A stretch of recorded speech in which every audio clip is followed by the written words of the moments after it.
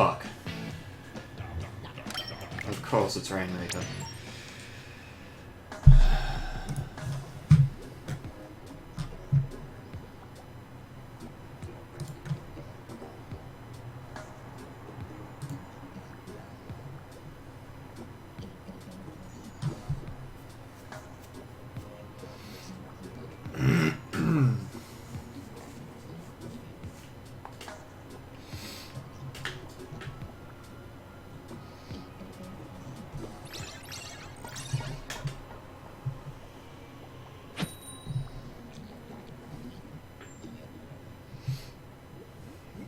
Dude, nice.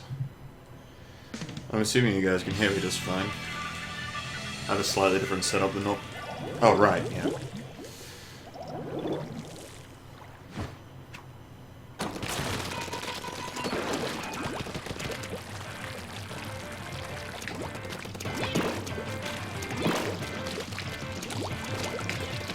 Oops.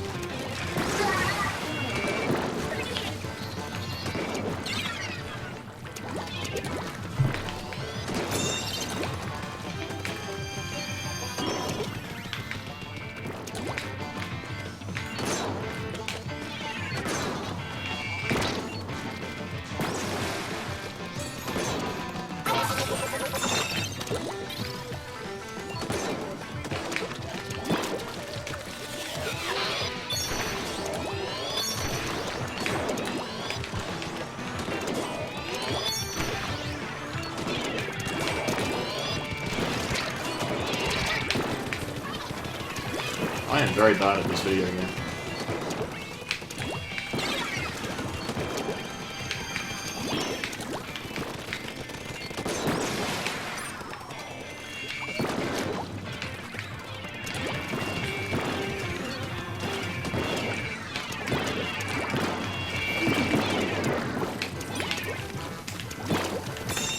Oops.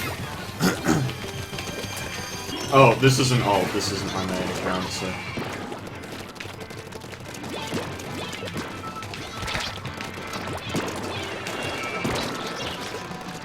Ah!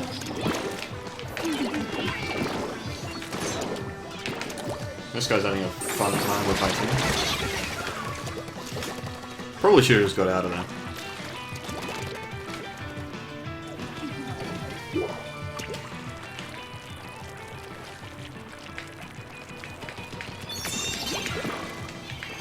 That was optimistic.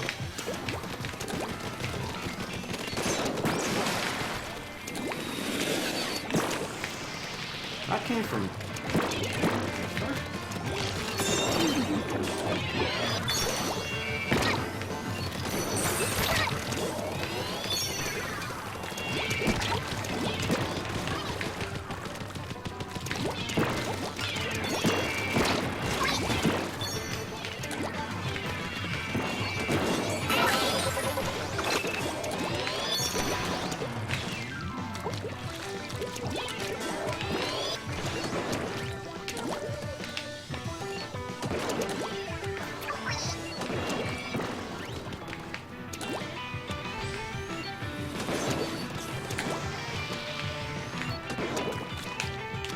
Fucking Woomy, why are you not moving? Oh, that's why.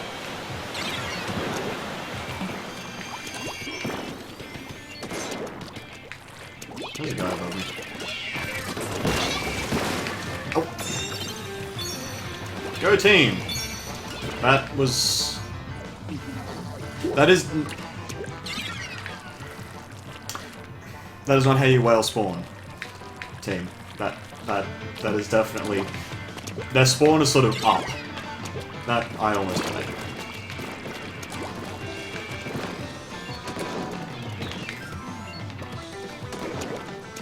Oh, I'm an idiot. So is he. I am him. Oh. I suck.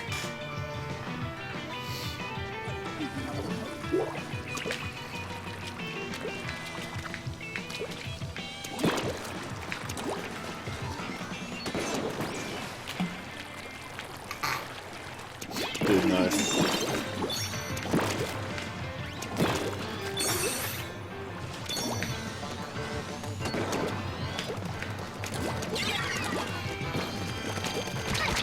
Oh, fuck that. Help me, team. Thank you. Oh, right, I can't actually... Ugh.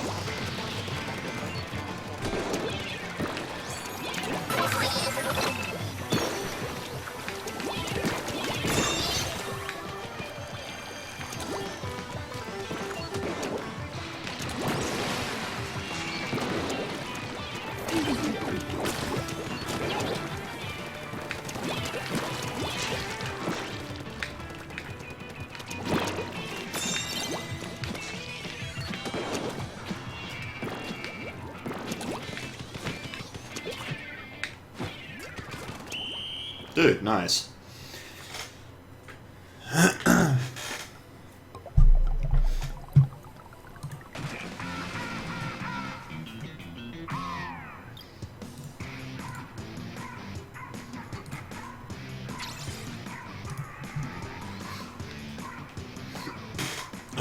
Oh, they had a disconnect. Okay. I was wondering what that time attack was.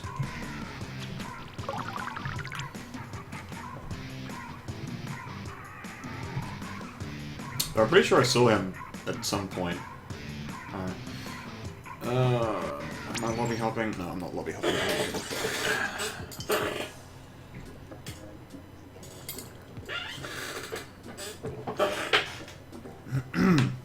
Dude, nice. Depending on how many viewers I get, I might start ranting about everything. So, yeah. I know it's 4 AM, but you can stick around for that if you want. There is an A rank in here. Wasn't that supposed to, like, not happen? Or was that just A minus and A plus? This video game is, strange.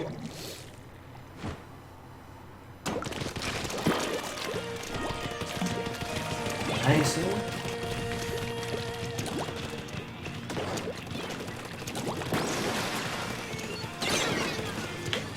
No.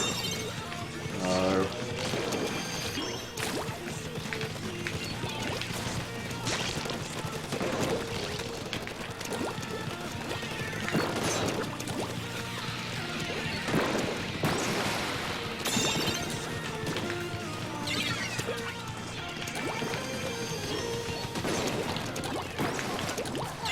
Can't fault him for optimism. Oh, hello. I'm getting shot. If only I had some kind of special that, like, told me where the other team was.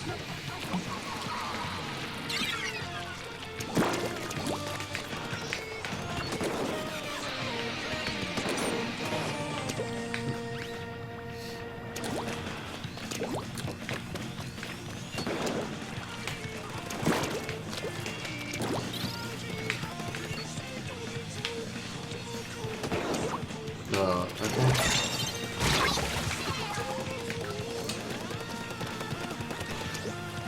I just got very confused right there. I'm not entirely sure what's going on. That wasn't good. At least fucked off back there.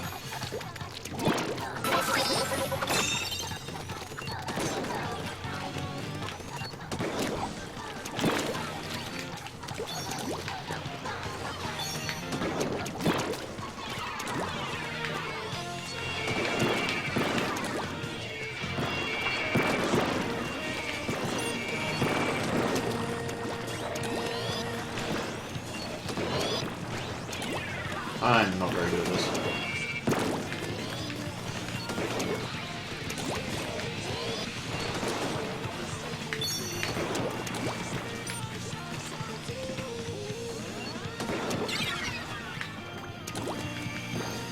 That was ambitious.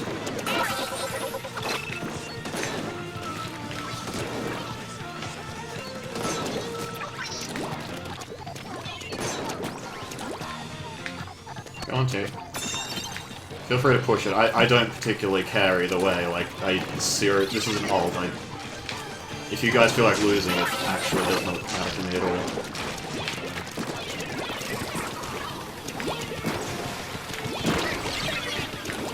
Get out. Oh, that's gonna fucking suck!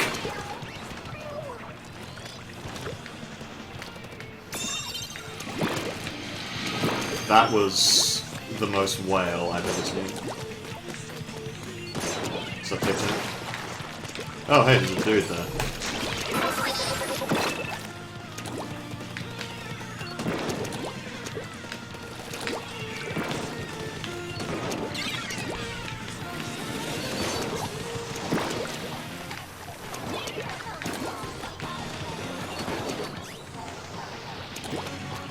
Hello?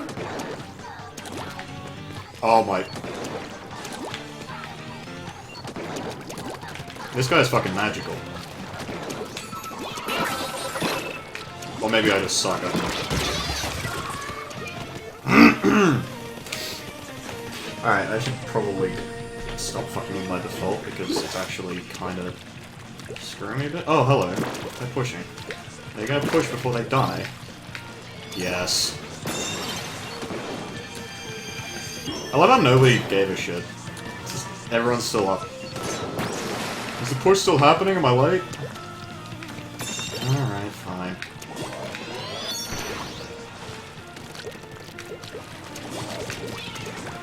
Oh, hello.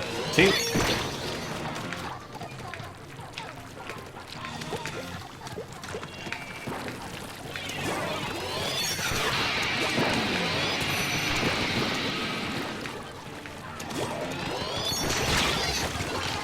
Oh, okay.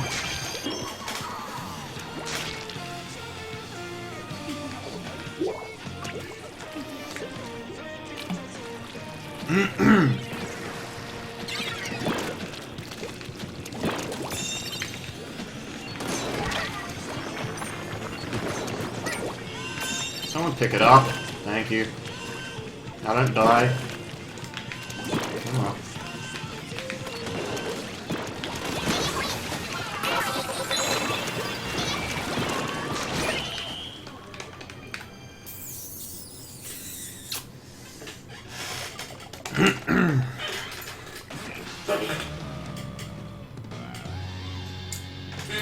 Wow.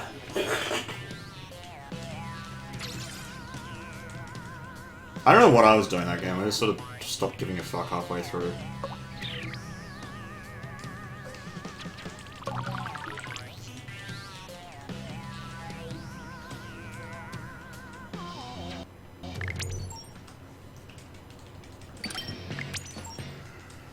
Alright. So how are we doing, chat?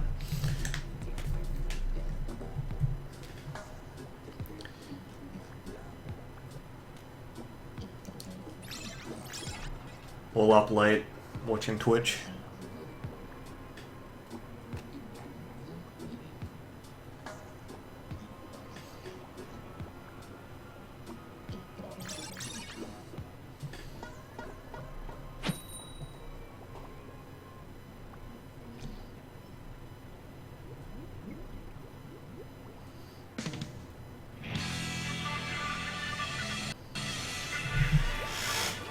I can't sing. I can't sing you guys a song. I'm no longer the piano man.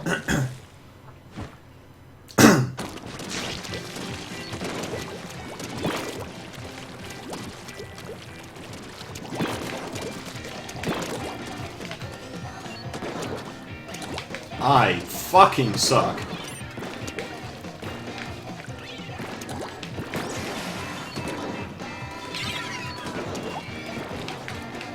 Holy hell! What? Get in the fucking. Oh my gosh.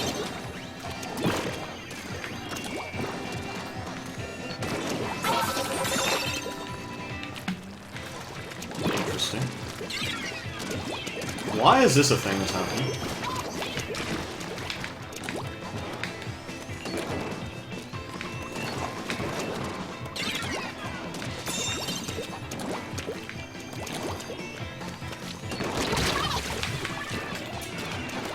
Ambitious.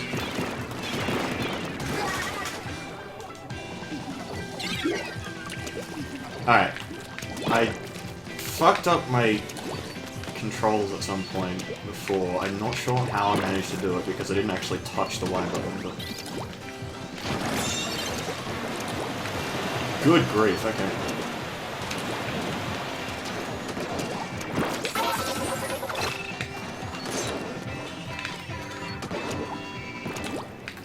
No, that's just wrong. What the fuck? Okay.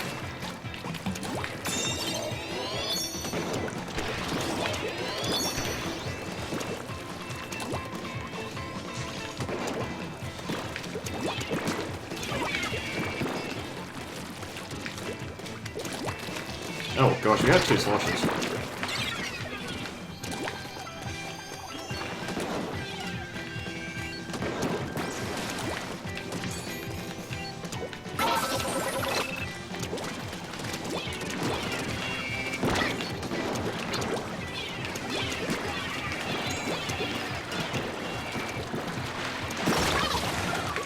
Oh, hello. Okay. I'm legitimately... I don't know, I'm like half asleep or something, even though I'm not actually tired. This is very strange. I just shot the fucking ground. What am I doing?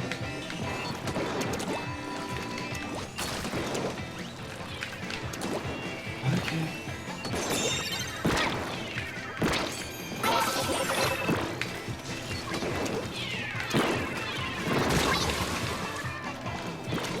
Did I just die to the Rainmaker? Okay.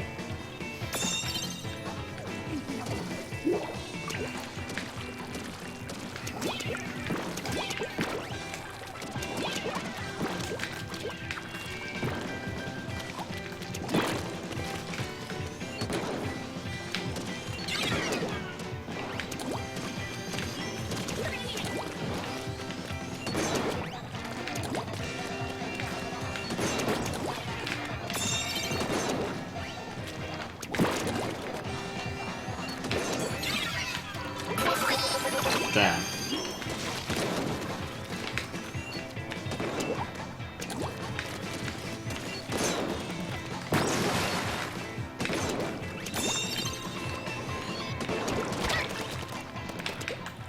Good job, guy. Let me try that again.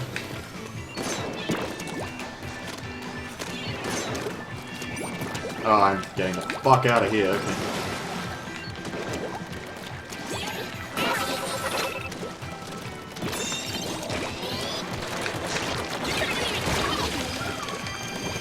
That worked.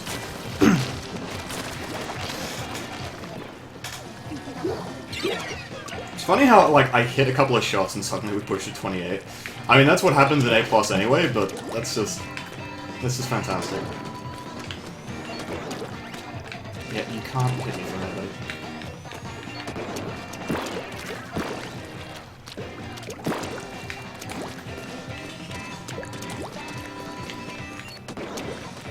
Oh, we have nobody over there. Okay.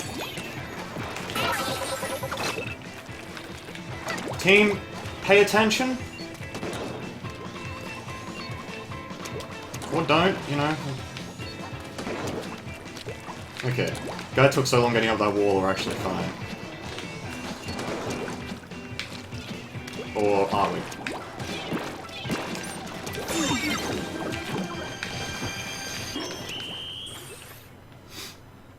Casual burst bomb. This is actually how bad I am at E-Leader now.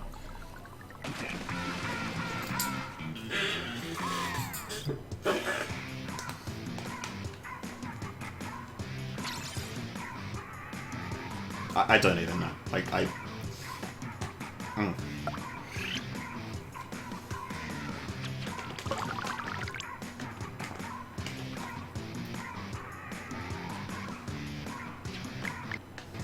Trying to no, I'm not going to stay in this lobby, fuck that. I was about to say I was trying to decide if I was going to, but no. Fuck that.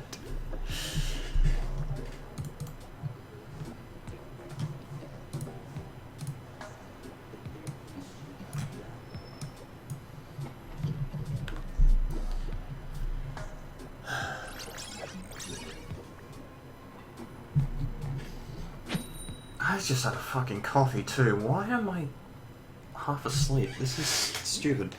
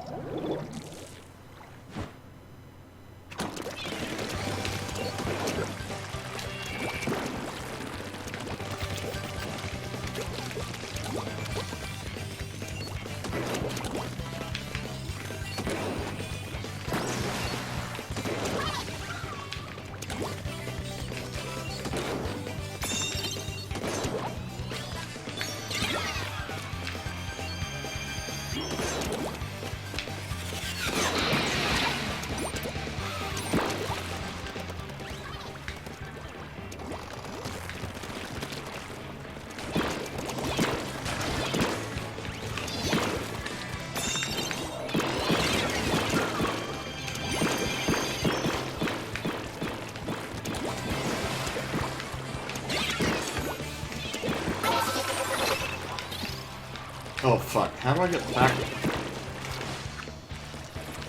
I don't know how to get... Oh, there we go.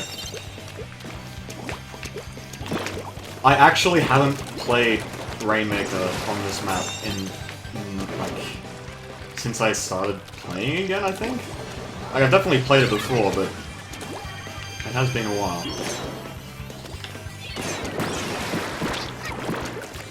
And that is why I'm in A+.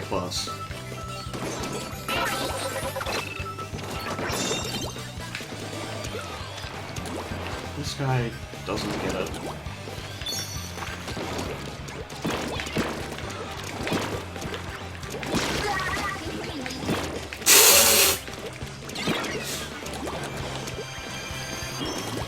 Oh dear.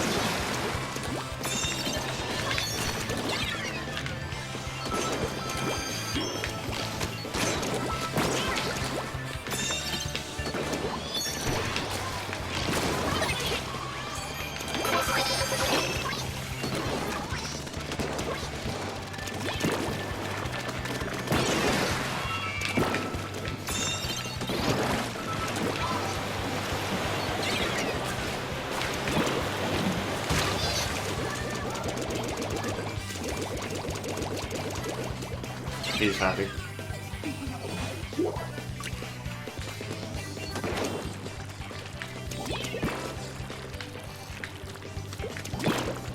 That's an interesting turn of phrase. More than one way to get... What? Okay.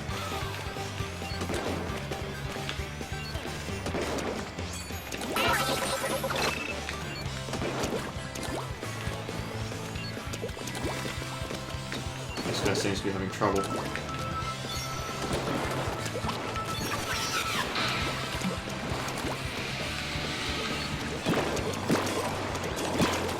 Why?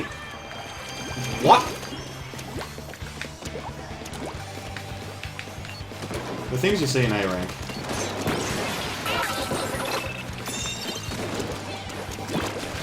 Oh, cool, body block.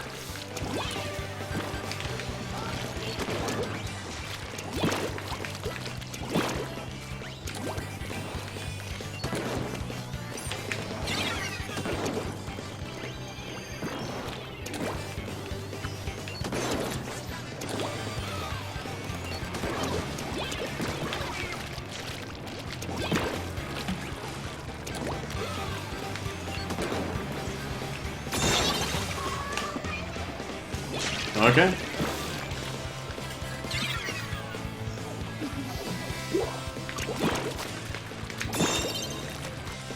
The other team's having difficulty staying alive, it would seem. I keep seeing them all dead. And it's not my fault either. They're just sort of dying. That was...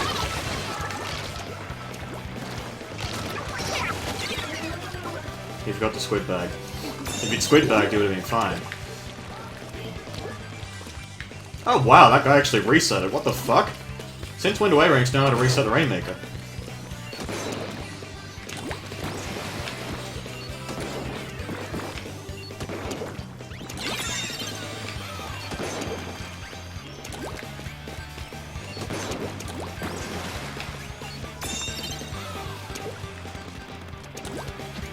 That's apparently happening.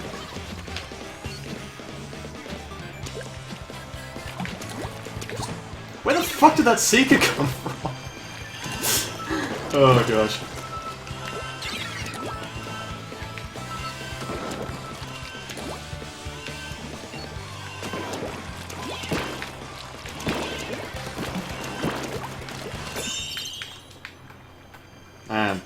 Okay.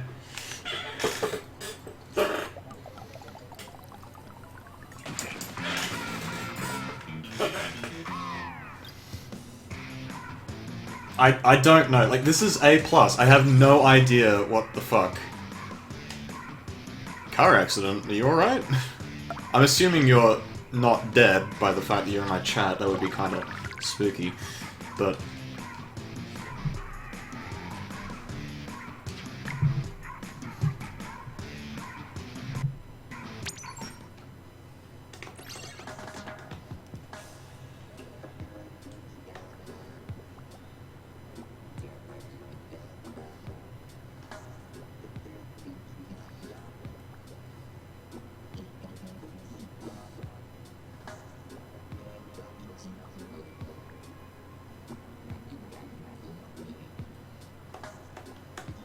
why am I staying in these lobbies? They have A-Ranks in them.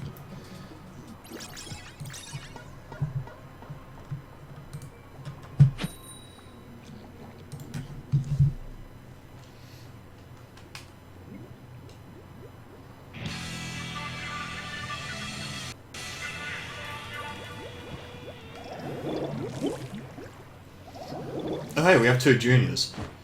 Wonder if we'll have as many bubbles in this game as we have juniors.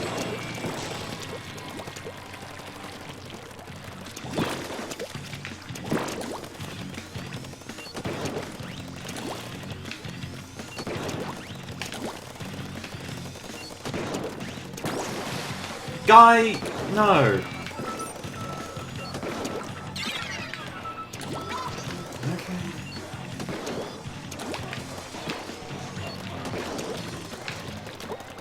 I don't know if should be here.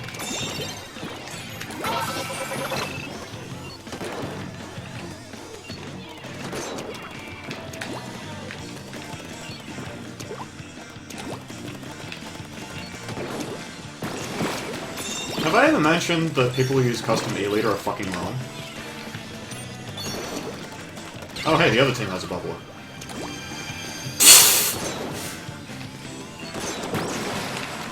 What a shame. Oh, fuck that.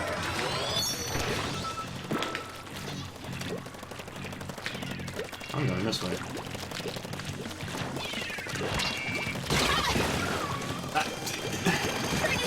Oh, Blaster?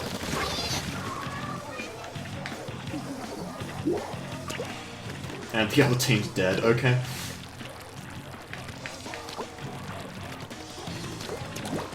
Oh gosh.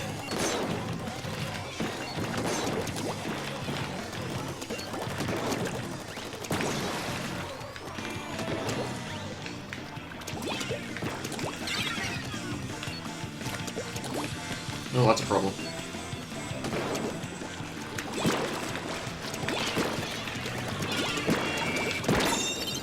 Look! I should have just shot him.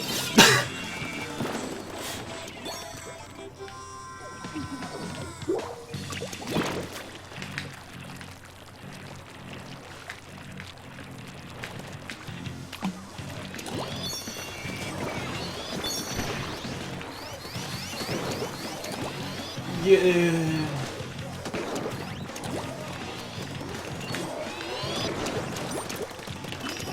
Oh gosh, I am bad.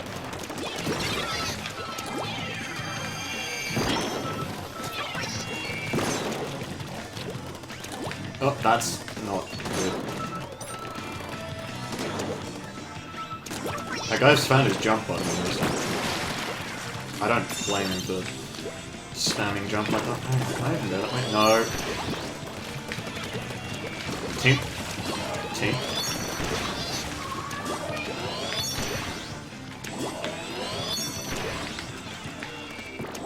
I'm not really wanting to go any of these directions.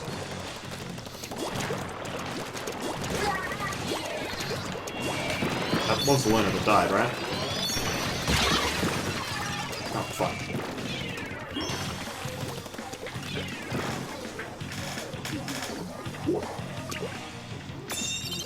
Who is that? There it is. Okay. I'm trying to figure out who's who on the minimap. It's kind of difficult.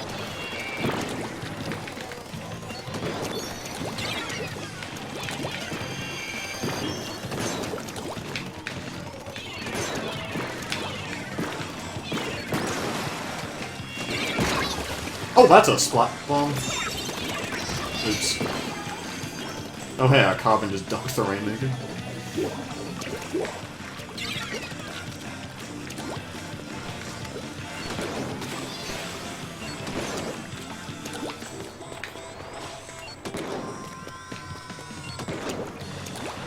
He jumped over my shot. How dare he? What was that shot? Can someone tell me? Because I honestly have no idea.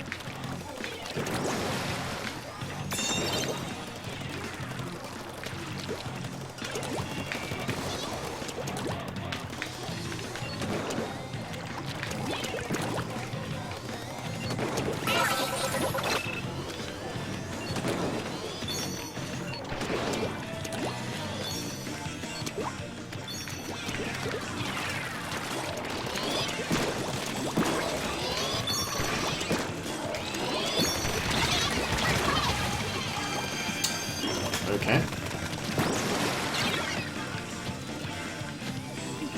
Oh hey, it's almost... the game's almost... Wow. Are they seriously trying this?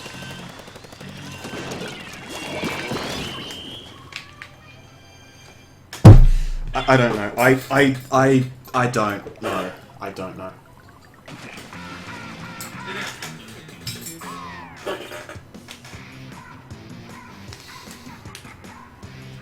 What's up, Dan? Oh gosh, that guy had a game. I was wondering where everyone was. The other team sort of died a lot. I don't know. Yeah, using my brain and eyeballs simultaneously is very difficult. As you're seeing, like this is what happens when I try to do that. And yes, this is Rusty E-Liter play. It's weird because sometimes, like, I've used E-Liter since coming back a couple of times, and sometimes I have, like, streaks where I'm playing like I used to play. And other times I have shit like this where I can't hit a fucking shot.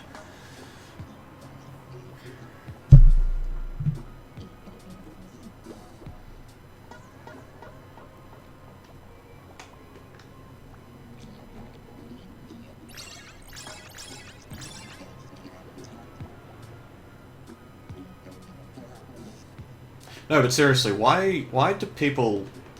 Actually, no, I know why people use custom E-Liter. Why is it that people using custom E-Liter think that it's better than regular E-Liter? That's sort of what I'm a bit puzzled over, because it's like, you run a custom E-Liter, right? You get a shit Kraken because you're now super slow. You get beacons that, if they're going to be of any use to your team, you have to go out of position, put down, and if you put them down for yourself, then what's the fucking point? Why do we have two... We have two... No, that's a regular scope. What the fuck is our team comp? Where the fucking... Okay.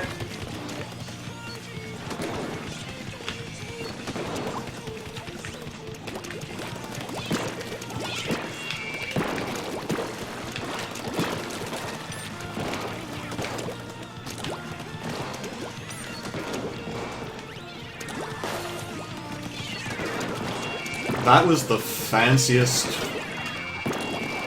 terrible junior I've ever seen. What am I fucking watching?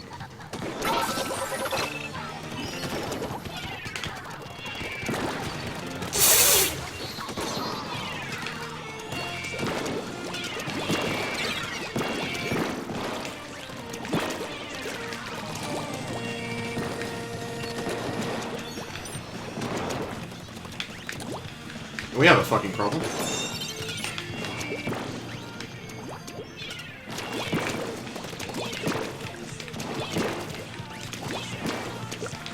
Get out of that fucking base.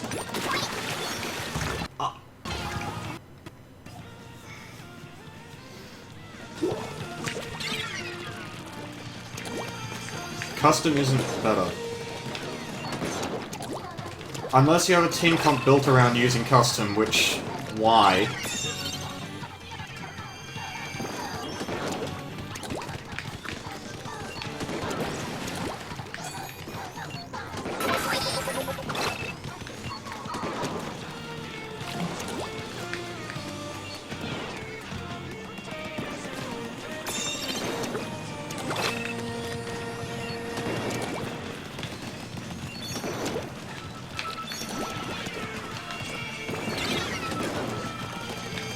That was interesting.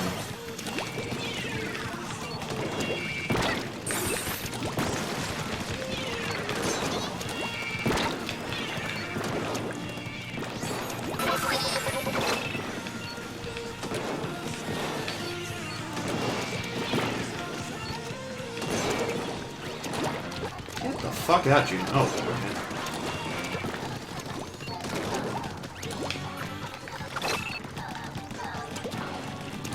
We have nobody who wants to push the E-Leader because everyone is long range.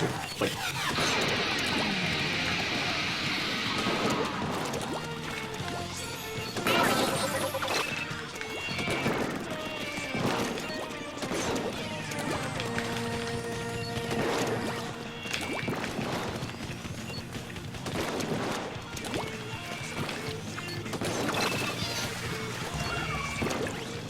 That doesn't work, guy.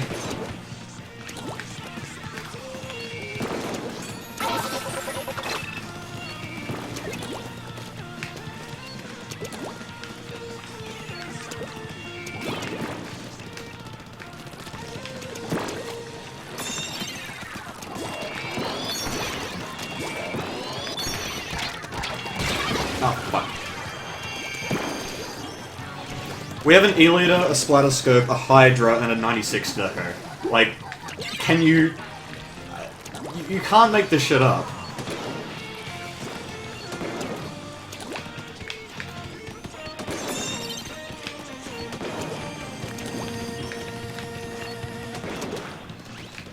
He just... committed to... Wait, no, he's still alive. I think.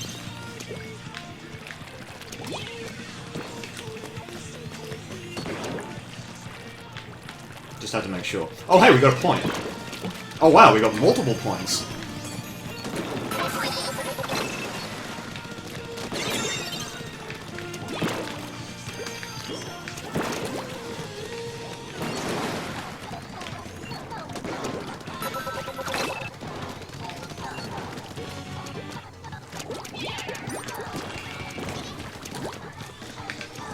Dude, nice.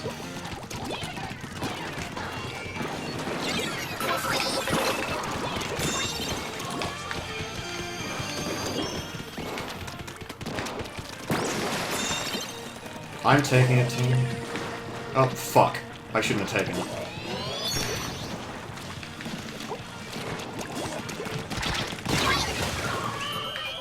I'm an idiot. I saw one guy over there and I just assumed that my team wouldn't kill him, even though they probably could have easily, and that was the way to get foot. No. That game was more or less unwinnable, I think, but still.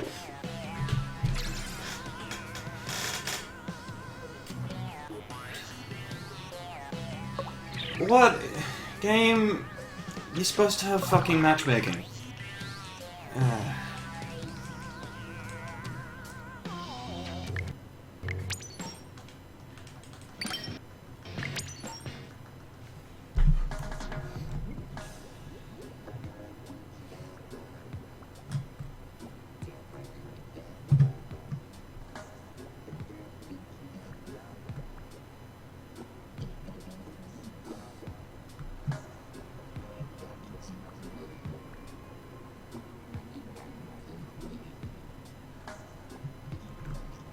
Alright, now. Rant number 1. Custom E-Leader. Alright. So, Custom E-Leader is, frankly, the stupidest meme in the game right now. Like, there are dumb memes in the game. Wasabi Splattershot's one, Luna Neo's another. Regular Blaster is a new meme. Fresh new meme that people are running. But Custom E-Leader is probably the #1 meme right now. Alright? The Custom E-Leader does everything wrong as a kid. It has a sub that the E-Leader shouldn't be using, or can't really use that effectively. It has a special that the E-Leader shouldn't ever use. What in the fuck is that guy's lag? It's just, like...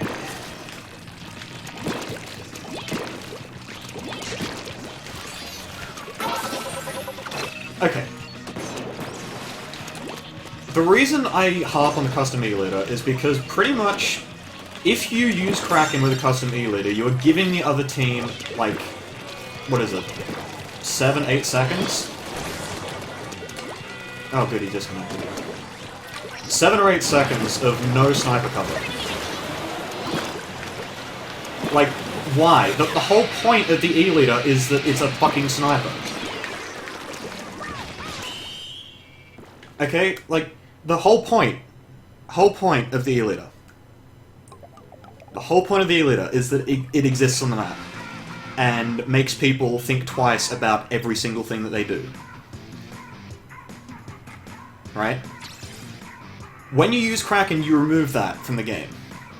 Like, you actually give up your presence on the map just for the sake of swimming, like, halfway across the map so that you can actually get to the other team, and then swimming back again because you're out of position if you stay there. With a Kraken that goes at 90% speed. Like, what the fuck is this? What?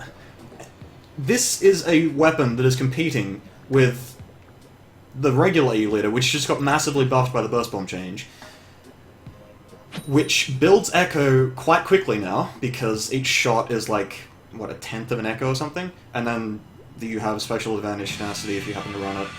Burst Bombs now actually build a lot of special. And it's the safest Echo in the game, and because Echo needs to be safe in order to be used effectively, it's probably the best Echo user there is.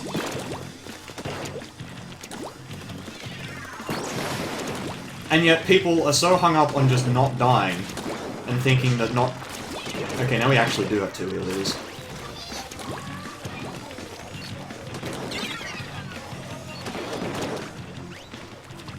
Oh my gosh.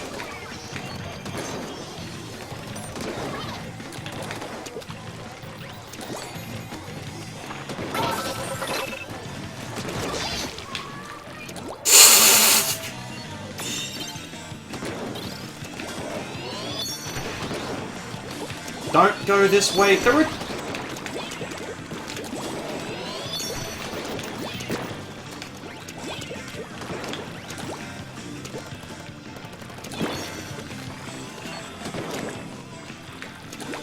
Anyway.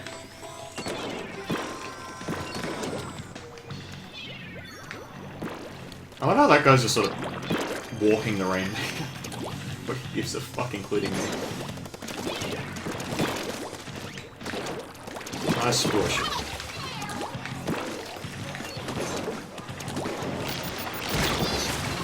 Oh, okay.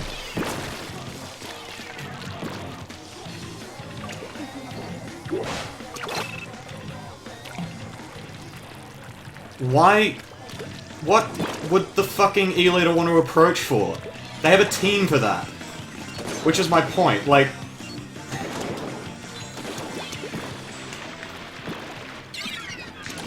Custom E-Leader is a solo queue weapon, that's all it is. It's not something that should be used in competitive, pretty much ever. The amount of utility that the regular E-Leader gives compared to the custom is fucking ridiculous. Speaking of fucking ridiculous, it's, like, it's not even a comparison, really. You get beacons, which may or may not even be useful. Like, I could see an argument for, like, custom E-Leader on, I don't know, Moray Rainmaker, because there the beacons are good, and the Kraken is good, and Echo's nice and all, but custom E-Leader is a solo queue weapon because pretty much what happens is you use it in solo queue because your team can't be relied upon to actually do what they're supposed to do with an E-Leader on the team. Like, they can't be relied upon to actually use Echo properly. They can't be relied upon to... Oh, fuck me. I just got seeded. Yeah, okay, I kind of deserve that. How is it bad for... Okay. Echo is ridiculous for Rainmaker. Because the other team actually can push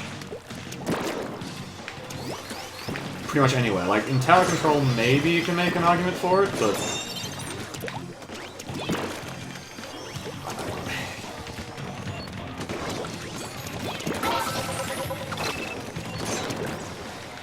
Why is there a guy behind us?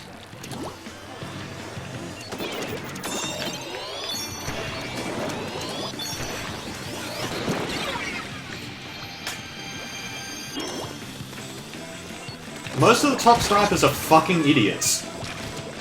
Like, I'm not even exaggerating either. I actually think that most snipers are just completely fucking awful at the game. Or maybe not awful. Okay, they just have no concept of strategy in the game. And that's not to say that snipers are the only...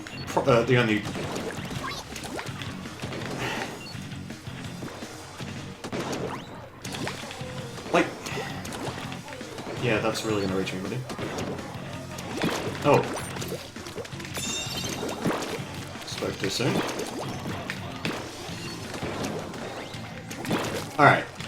I'm going to qualify that statement as soon as I've stopped forgetting what the fuck I'm doing.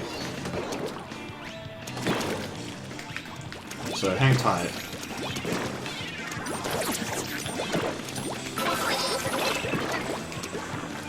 Uai! Help. What the fuck's the Rainmaker? What's it doing back here? Oh my gosh.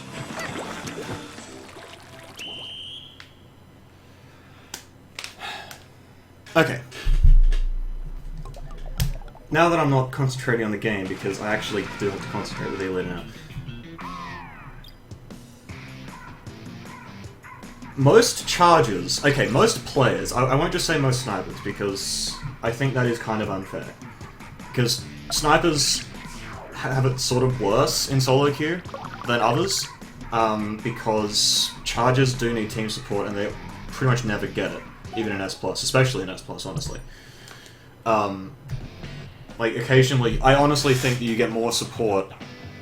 It's not necessarily good support, but you actually get support as a charger in, like, A+ and S, because that's where the people who are like, I'm going to support my team by doing absolutely nothing and just sitting next to the charger, like, that's where those people are in the ranks. So, the reason I say that... The reason I'm making this, this point is that solo queue makes people think things about the game that just aren't true in competitive. Alright? The number one thing being that everything has to be self-sufficient. Alright? This is not actually true. The reason you don't see things like Hydras, which, like, okay, Hydras are ridiculous. But they're only ridiculous when they get team support. You don't get team support in solo queue, so Hydras in solo queue get their shit pushed in. Meanwhile, you have weapons like Krak-On and Splush doing well in solo queue because the other team is too uncoordinated to actually do anything. I made a video about this. If you haven't watched it, you don't have to, but the point being that there are weapons that are good in solo queue that aren't actually good for competitive, but people play competitive as though it's solo queue because they don't have any concept of working as a team, right? And when they do work as a team, it's sort of they call out and they expect that that's enough. calling out is like the very first rung on the ladder of team communication, if you would like to indulge my stupid analogies. There is... The way it works is when you play teams, you use something that, when combined with the rest of the team, is worth more than the sum of the parts. Like, this is pretty fucking obvious stuff. The regular E-Liter gives burst bombs, which are fantastic for pretty much... well, for inking for a start, for supporting in firefights, because sometimes the E-Liter does find itself in positions where it's like in burst bomb range, shouldn't really be taking shots, that sort of thing. Burst bombs, when used correctly, and you've already seen in my gameplay so far cases where I've used the burst bomb sort of just throw one, and then back off a bit, throw another, back off a bit, throw another.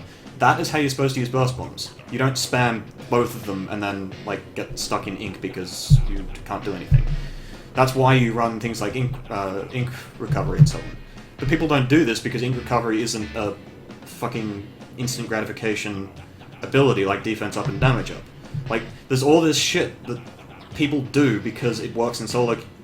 People do in competitive because it works in solo queue.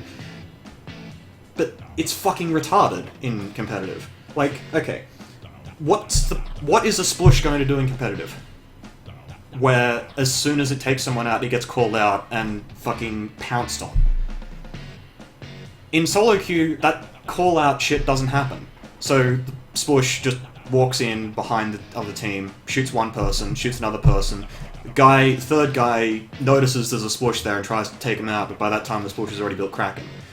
Like, that is what happens in solo queue, and then that happens in competitive too, because people fucking suck at communicating. People run ink recovery, but not anywhere near an... Okay, as far as I'm concerned, ink recovery is something that you should consider for pretty much every build, just like swim speed. Like, I run mostly ink recovery... not mostly. I run a lot more ink recovery on charges than most people do. I run it on Tenatech and Berry Pro and so on, because being able to use your subs more often, while also having the utility to like recover ink quickly in a short space of time, is really useful, I think. But anyway, back to the problem I have with custom E-Liter. In solo queue, E-Liters don't get support, so they use custom so that when they get jumped on by a Tenatech, they can pop Kraken. The other team doesn't give a shit, they don't notice that he's just popped Kraken, there's no sniper cover. So they play as though the charge is still watching them. And then, you know, Kraken is used defensively, it pops someone and maybe goes and kills someone else. And then the E-Liter is out of position, but the other team can't actually do anything about it because they can't communicate with each other. In competitive, you pop the... What should happen is the E-Liter's Kraken should be popped, forced, by whatever, like a long-range weapon of some description. The Berry Pro would be perfect for that. Even Tenatech is okay, it's not long-range, but like anything that can make the E-Liter have to use Kraken, right?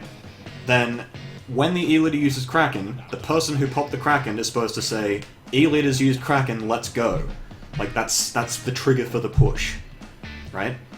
Because then, the E-Liter is going to be... And you try to bait the E-Liter into moving into your team or something like that, just as their Kraken's about to expire. Or if they back off, then that's 7 seconds of them not doing anything, that you have plenty of time to start pushing the tower, or push the Rainmaker, or whatever. And then, when the E-Liter's back up, that's when you pop your bubble or your whale combo or whatever, right? This is how custom E-Liters are supposed to be handled, but nobody actually does it. When people start doing it, people will probably realize why the custom E-Liter is so terrible. But until then, it's competitive is basically solo queue anyway right now, so, like, whenever I say things like, such and such popular weapon is terrible, I'm saying it in the context of when people actually know what they're doing in competitive. which may never happen, but I don't know. I think a lot of people don't get that. I think that's when when the shit that I say is taken out of context and gets spread around the fucking internet and becomes a meme. People sort of think, well, I saw this happen in solo queue. That's not what I'm talking about. I'm talking about competitive when played correctly. At the moment, there's probably only like 2 teams. Yet those situations aren't supposed to happen when you're a regular E-leader, and when they do, you have burst bombs, which are still very fucking good, is my point.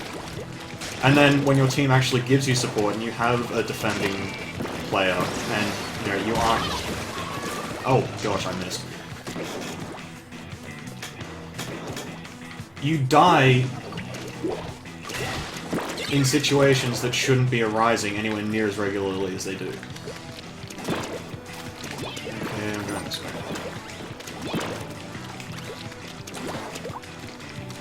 I fucking...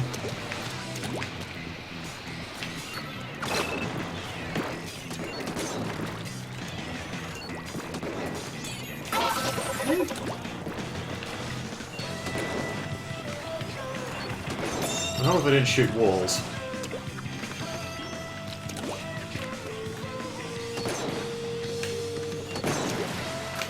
I'm sorry that my ranting isn't as coherent as it usually is. I am, like I said, a little bit out of it. Nonetheless...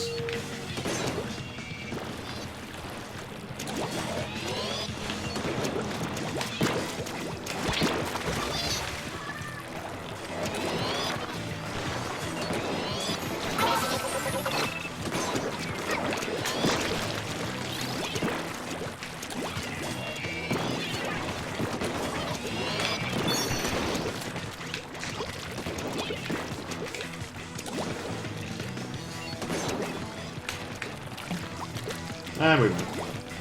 Probably.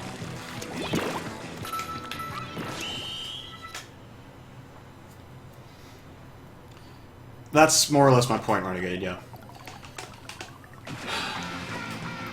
I just get really annoyed watching most competitive charges because a lot of them do a lot of things wrong. And some of them do everything right, but their team doesn't support them properly. Like,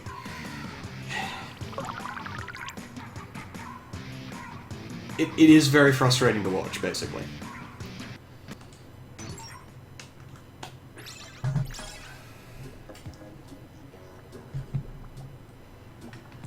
And really, there's no reason why...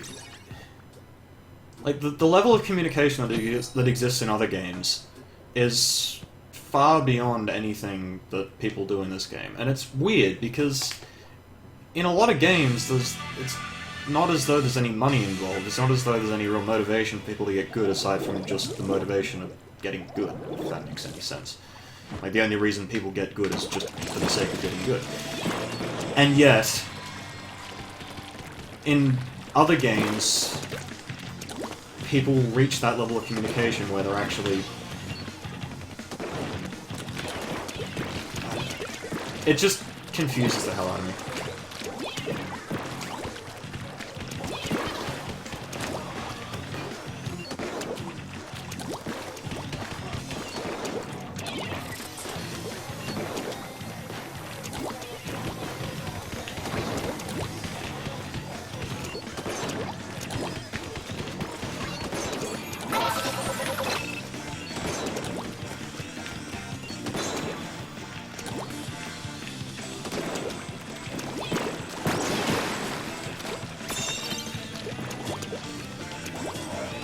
Ugh.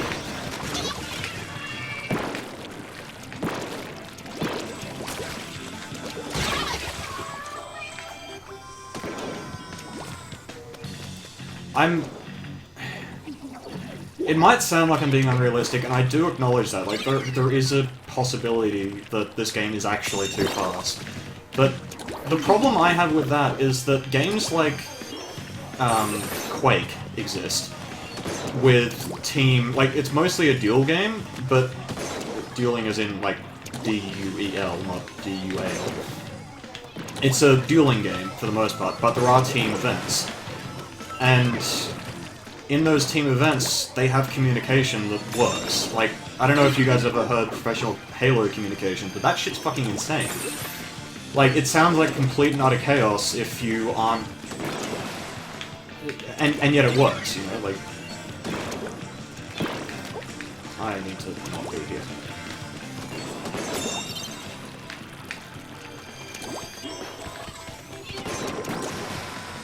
Someone please reset that.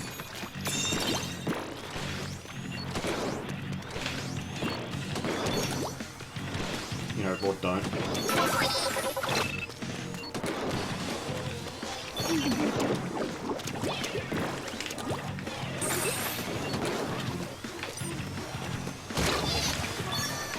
Oh, whoops.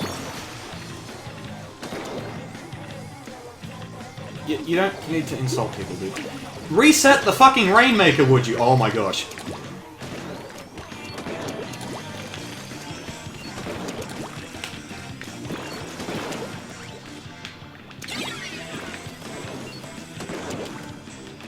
Oh shit. That's not good. But he fell down.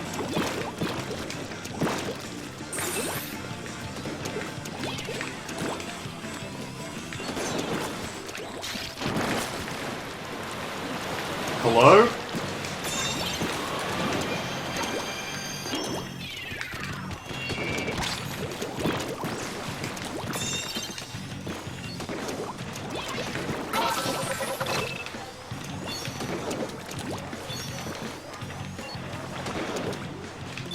I thought I left A rank.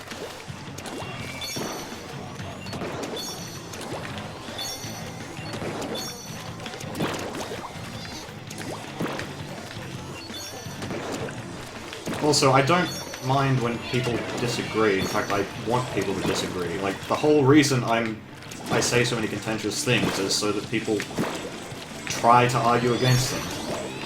Because either I'm wrong, in which case I stop being wrong because Okay, guy's still alive. Never mind. Actually, we can still win this. I just need to get them... Do we have a disconnect? No? Oh, that's a problem, huh?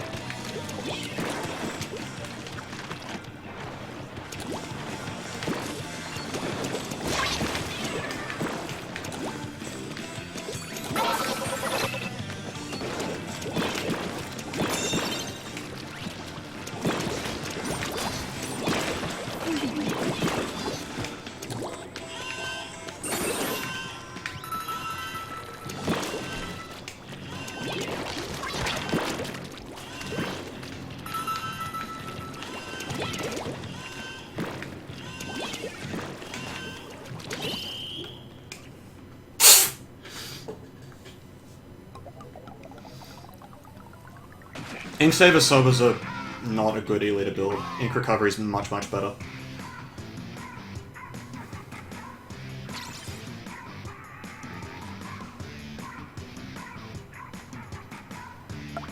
What Inksaver Sub does is gives you the impression, it's like I said before about instant gratification, that's why people use things like Inksaver Sub now, is because, oh, I can throw 2 extra suction bombs or whatever. That is not the correct way to look at things, because sure you can throw 2 suctions or whatever, which is nice for Rainmaker, sure. But it's more useful overall to be able to throw those 2 suctions faster, because rather throw like 3 suctions faster than you would throw 2 suctions with a Subsaver build and whatnot. Because in order to actually get the Subsaver build to the same point... Sorry. in order to get an ink recovery build to the same sort of number of suctions you throw in a given time period, you use fewer slots on ink recovery, which means you can use more on your speed build or your damage or whatever.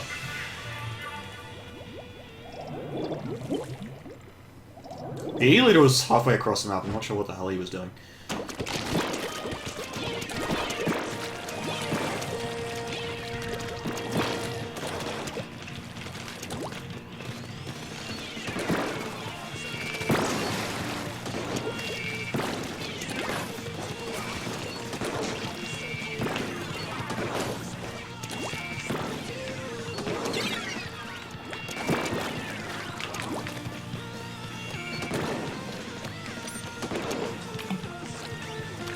They're running it, but I'm sure my team is going to do something, right?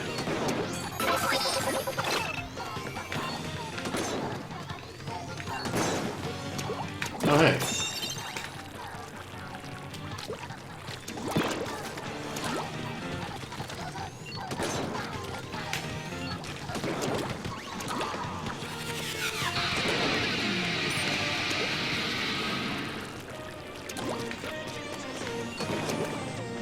Yeah, the saver abilities of combos for sure. Like, I actually would agree with using sub on... I'm getting brushed. I would agree with Inksaver sub on Cartman, because you actually use the bombs as a combo. And sometimes... And you actually use a lot of ink doing that combo, so having extra ink is nice. Like, that works. Okay, we're kind of going this way.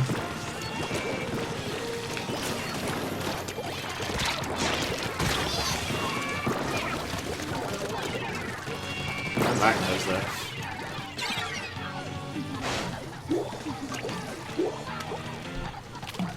I think there might have been disconnects in the last game, by the way. At least that's what I'm assuming, because I don't think much of that.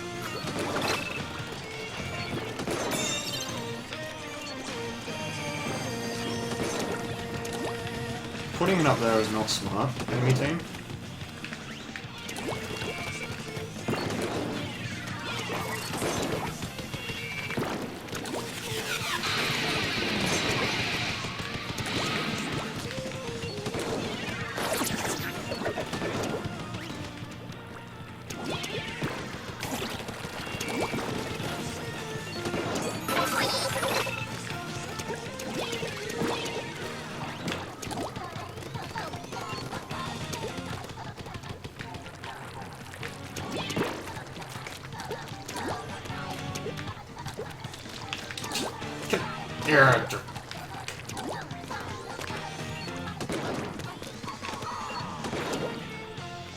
The other team's having so much trouble getting up there. Ah, that's not good. I missed. Okay, I'm dead. Okay, I'm not dead. Why am I not dead?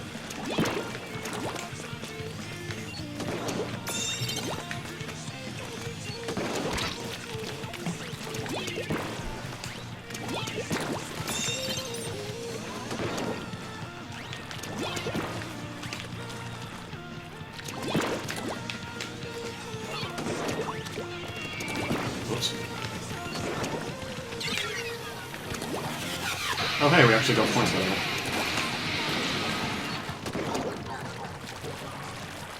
Mine! Oh, no, never mind. I didn't see this action.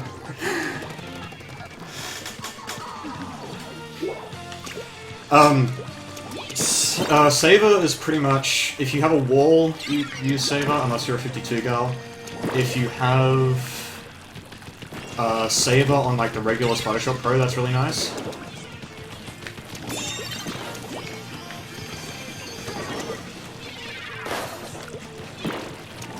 Golly.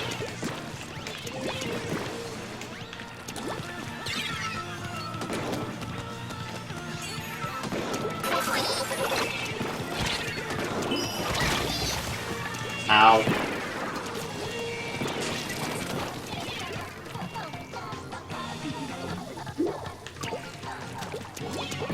But yeah, generally, if you aren't using combos, you use Ink Recovery.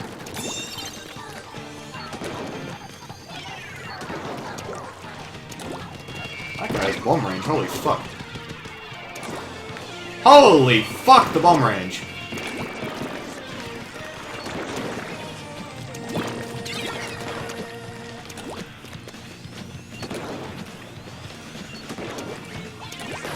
I'm fucking terrible.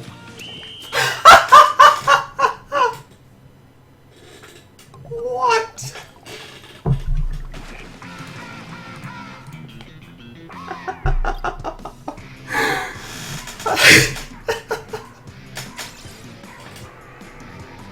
I just missed, like, the easiest fucking shots and the guy just falls off.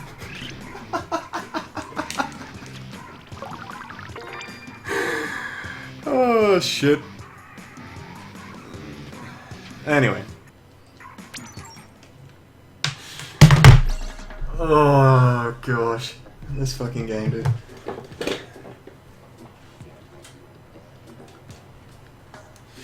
Alright. No, seriously.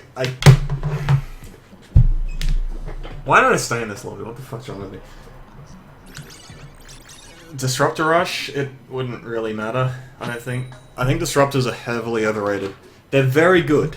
They are very, very good, but they are not something that justifies itself, if you know what I mean. Like, if you have a kit with Disruptor, it has to have something else in order to be useful. Which is why, for example, the regular Blaster is a meme, as far as I'm concerned. Regular Blaster only has Disruptors. Like, there's no reason to use it aside from the Disruptors, because Whale is Whale. Like, it's not that great.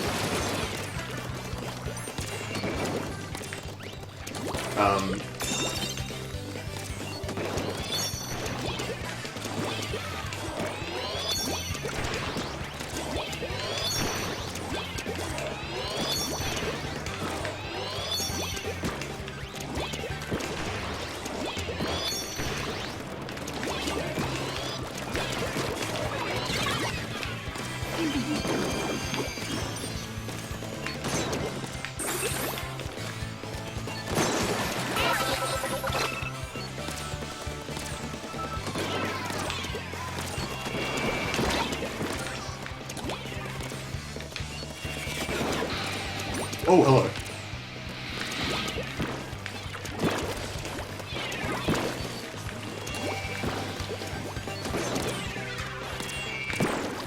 People really should move more.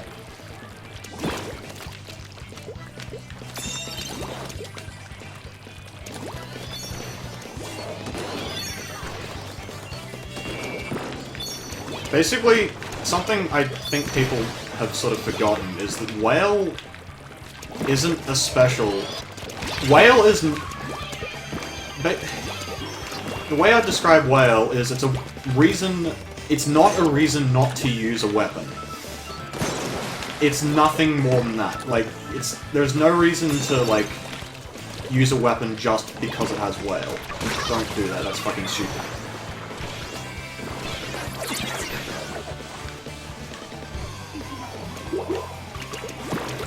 S-rank Rainmaker, holy fuck.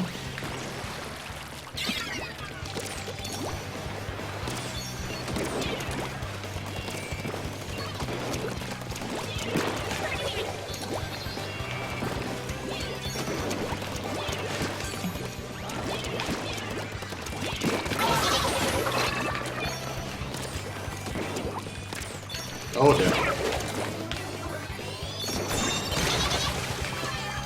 Dude, nice. Like, okay, I'll start that again. The reason Whale sort of became popular is because the 52 gal has it. Like, there's really no reason to use Whale aside from the fact that the rest of the weapon is really good. Like, you use the 52 gal because it's a 52 gal and it has walls. Like, 52 gal's a good weapon, walls are really good stuff. It just happens to have Whale and it's kind of nice. It's not like a weapon, it's not like Bubbler, for example, where you use the weapon because it has Bubbler, or Inkzooka for the same reason, you know?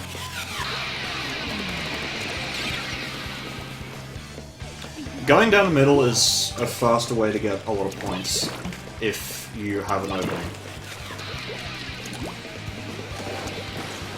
It goes past their spawn, but you can sort of lock them out of their spawn. Or lock them into their spawn, rather. Why?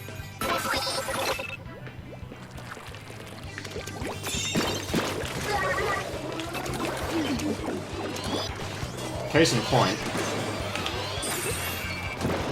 I only have one person alive. Guy, we can fucking go.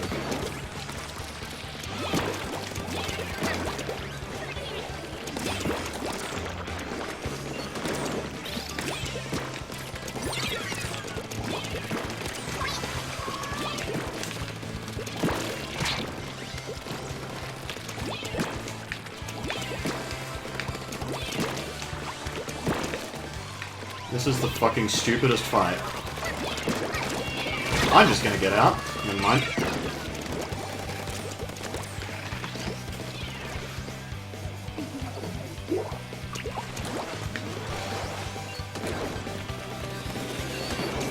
I was wondering why that guy wasn't cracking. He's using a fucking regular Splatling. I'm actually... Are we gonna lose? I think we are, yeah.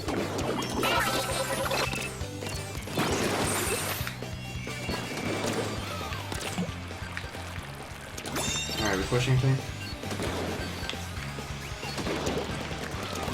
Fucking totem pole.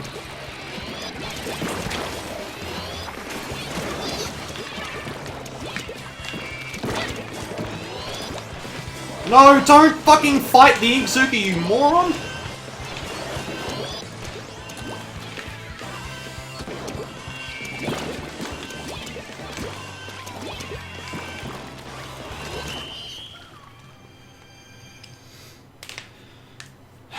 Alright. I don't know. I guess I get confused at the way people think through team comps.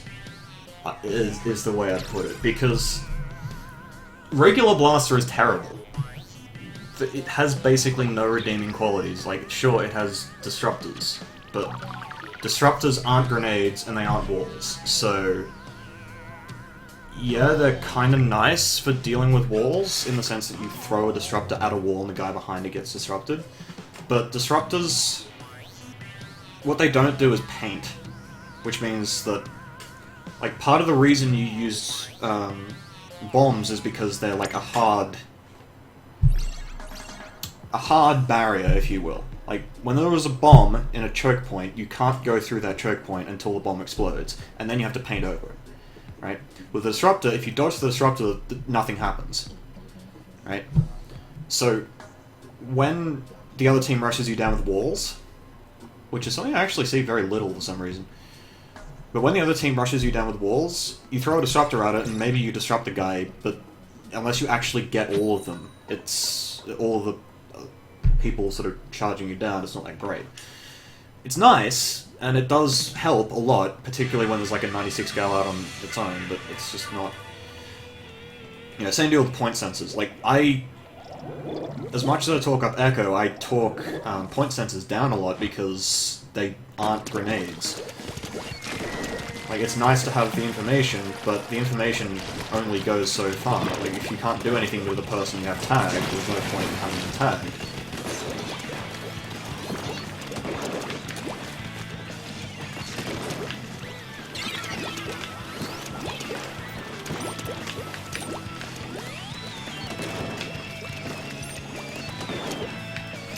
Team, deal with that, thank you.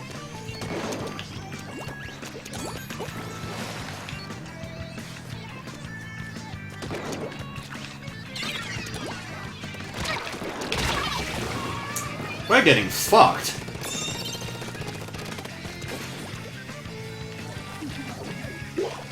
Disruptors... Basically, the reason the Zinc is good is because it has Disruptor and Bubbler, which means that if you want a support weapon, you have it in that weapon. Like, you don't have to sort of tag team. I'm just gonna reset this noise. Oh right, you can't use special, yeah.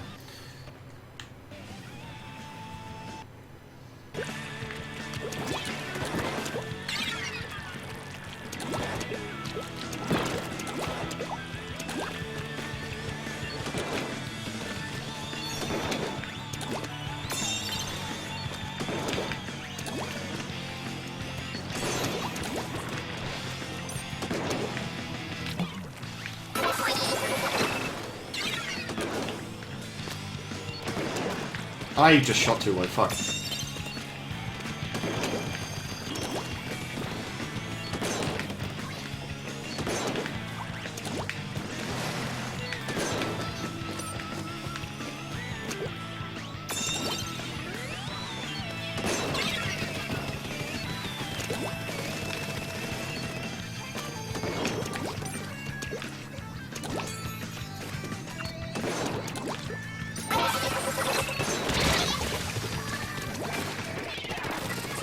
That was actually well played, holy shit. A lot of people become passive when you throw a suction at them too, it's like... Oh, cool. See, this is the reason why you might rush this way, because, yeah... Oh hey, nobody's actually paying attention. Thank you.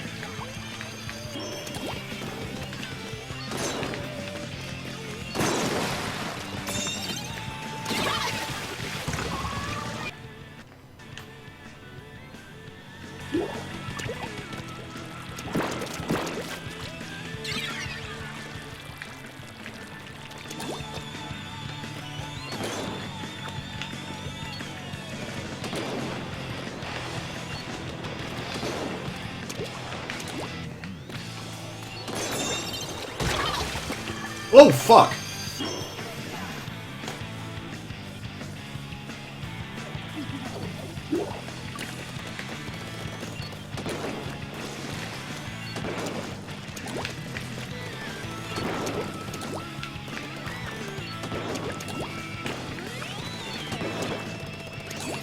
I'm really bad, holy shit.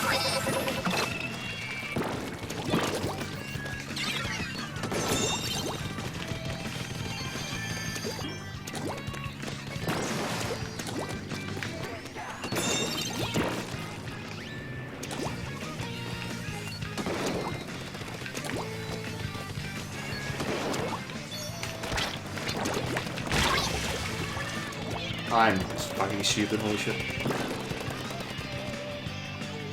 Yeah, point sensor's nice, it's just that if you run point sensor, you have to then run like 3 grenades to make up for it.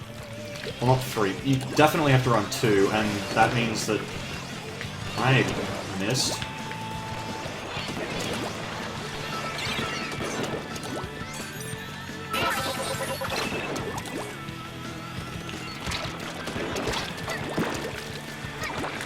Please stop that.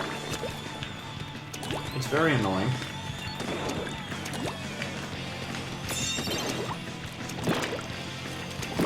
I wonder if we're gonna push. I guess not.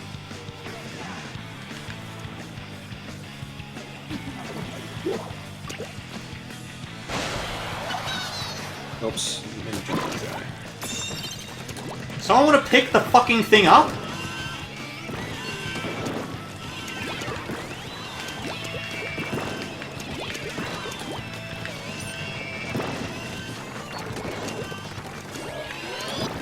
No, don't go that way! Don't go that way!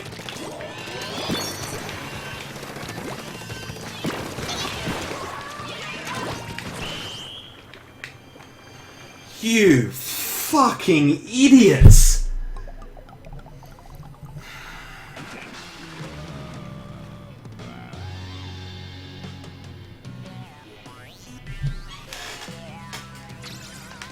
Alright. That was stupid. I missed a bunch of shots that would have actually stopped pushes and whatnot, but... Rainmaker at S-Rank is the stupidest fucking... S-Rank players are, like, less skilled than B-Ranks, I swear to fuck. Because people get to S-Rank, and then they sort of forget how to play the game. Like, they get really comfortable with the way they play because it's like, oh, I'm S-Rank, that means I'm good.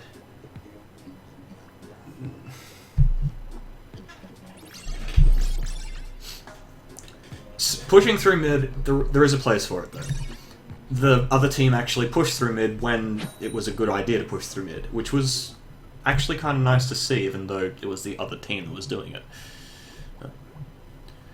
Like, the problem I have... with things that aren't grenades. Like, this is actually what fucks a lot of teams up, without them realizing it. A lot of teams, when they're starting to make a team comp, will just sort of forget that subs exist.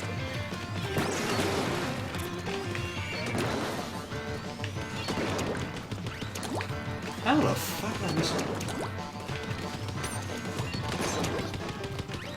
There we go, that's nice.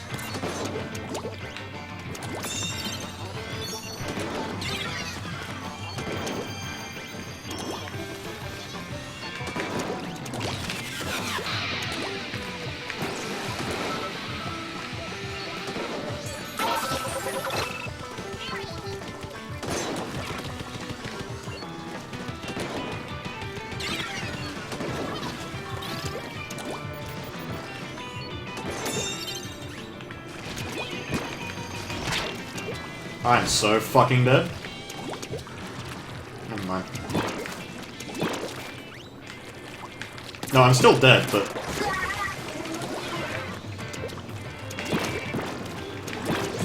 Okay, maybe I'm not dead. That's how bad S ranks are.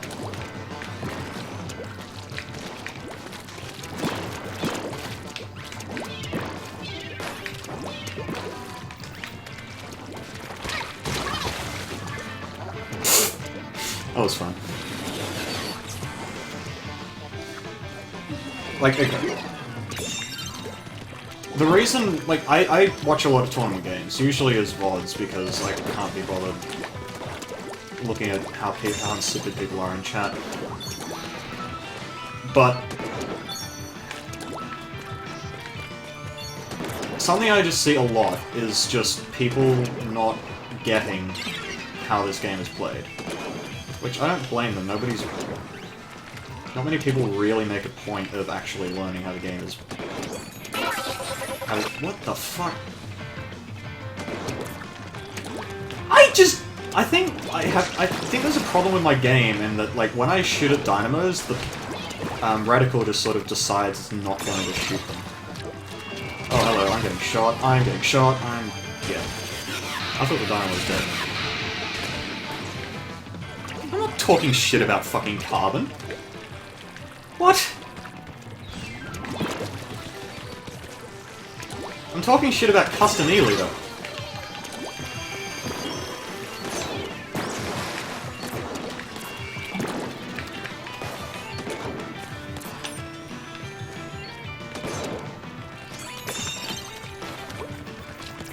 Oh, I should have echoed.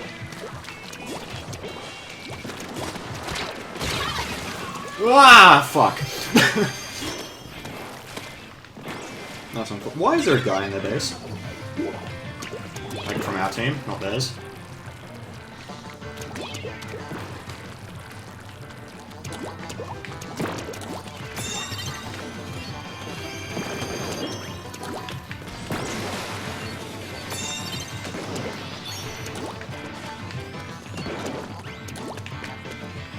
Okay, that guy definitely can't hit that shot. I don't know what the fuck he's doing.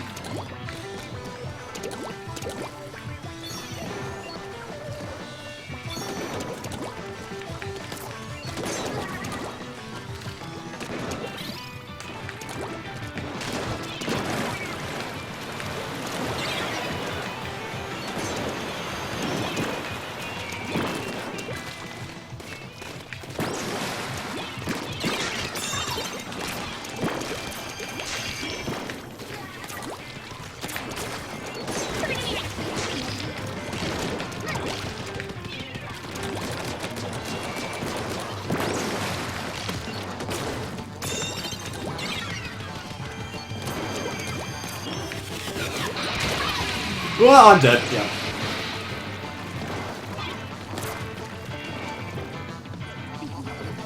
Invincibilities don't ruin it, they just ruin it when people don't know how to deal with invincibilities, which I can't... That much I can't blame people for, because it actually does require a good level of coordination. Again with the... I swear, I fucking start shooting at dynamos.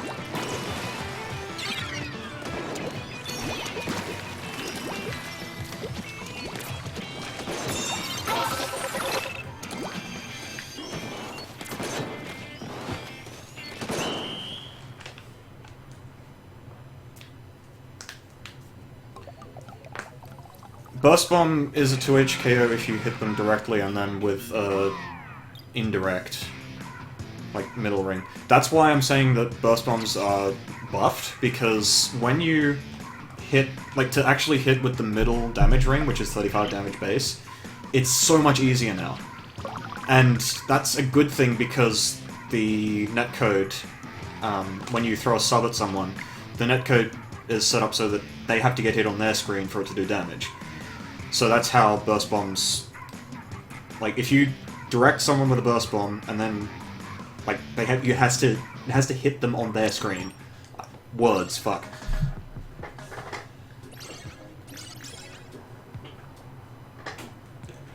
Yeah, top teams running 4 Krakens is just laziness. It's solo queue style. Like, Krakens are the easiest way to win solo queue tower control in Rainmaker.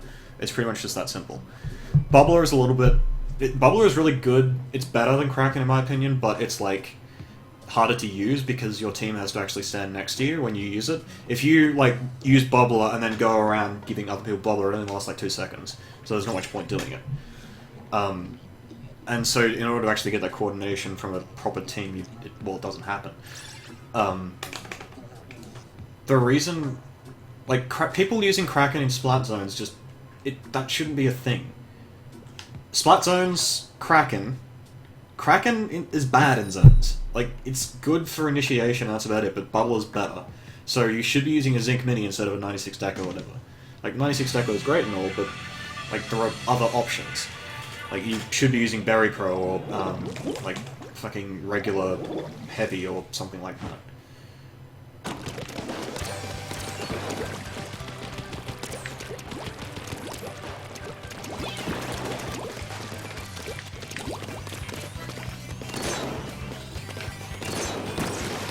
This guy's shooting at me.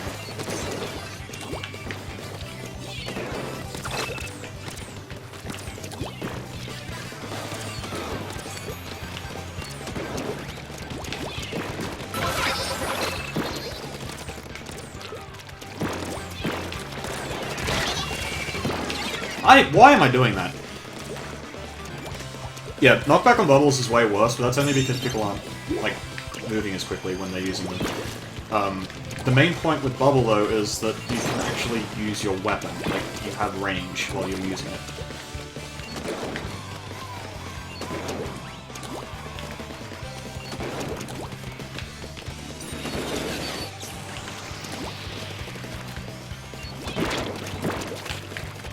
That guy is fucking me.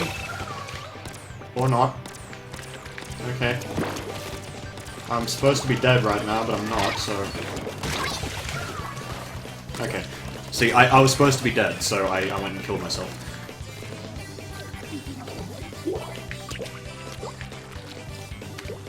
Rainmaker's still there. I'm going to reset that thing.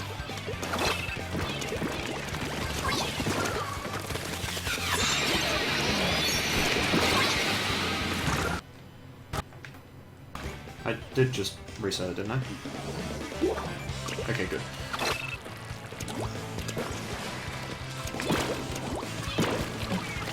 Oh, hello game, I just threw a burst bomb.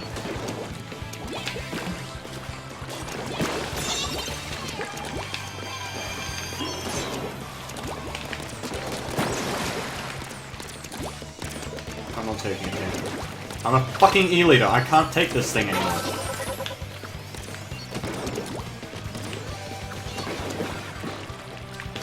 Okay, I guess I'm taking it.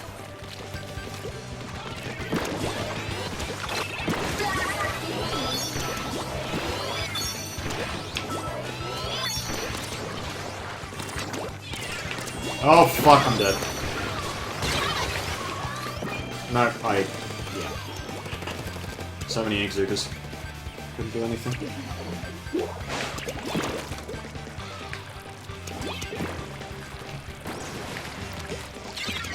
Why burst bombs?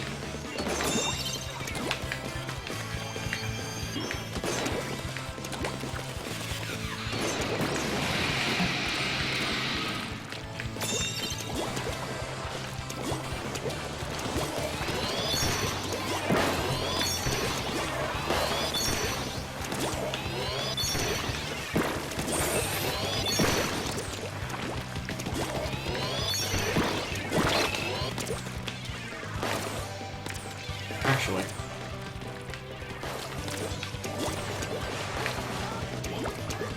No! Are you fucking serious?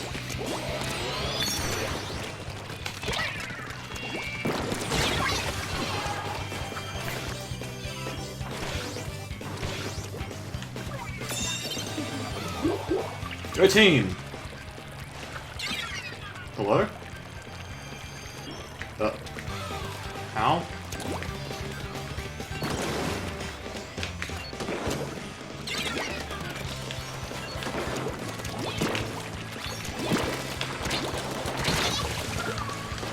I hate that.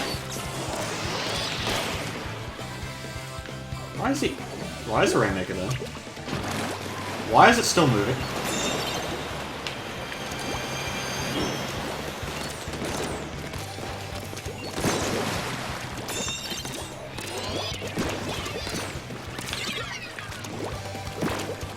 Well, I can appreciate that.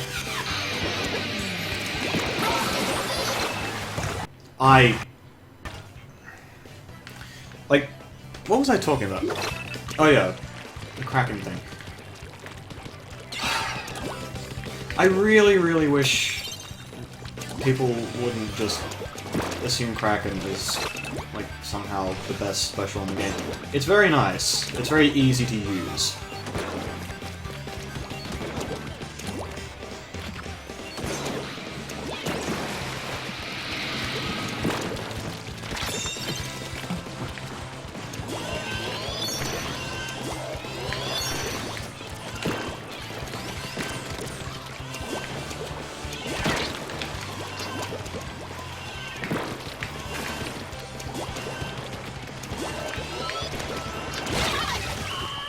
Ah, fuck. I didn't charge it enough.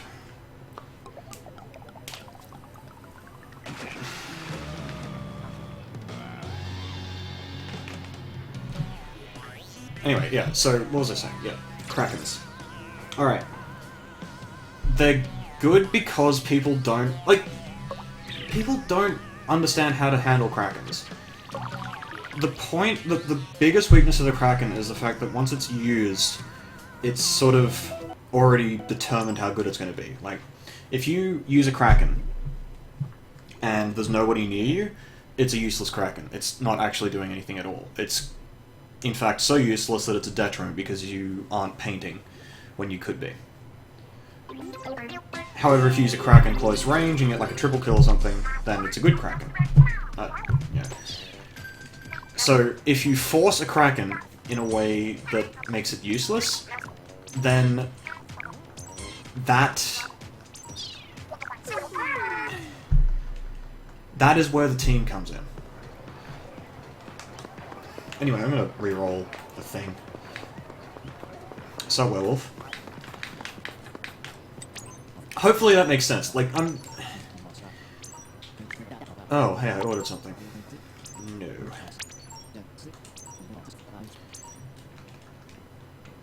What is trash? Bad? Yes.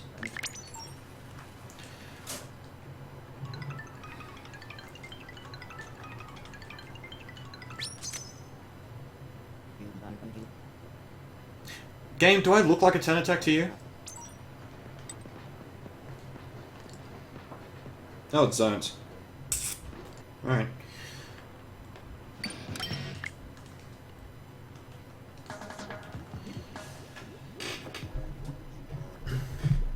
So yeah, anyway, point I'm trying to make here is to deal with Krakens, you have to actually have communication. So you have to force the Kraken, for a start. You have to communicate with your team where the Kraken is and how to deal with it, because otherwise the Kraken will just sort of move in on your team anyway, and you'll be like, oh no, we died. Third, you need to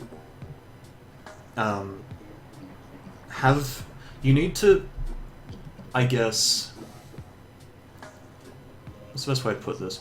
When there's a Kraken on the enemy team, you have to use something that can like reliably pop it, because otherwise you're just sort of sacrificing yourself and it just opens up the map. So like if you throw a 10 attack at the 96 Skull, who has the wall down and whatever, that's kind of dumb. Chilling with your dog, well, that's... I'm chilling with S ranks if you can call this chilling. Oh hey, there's an E-leader on the other team.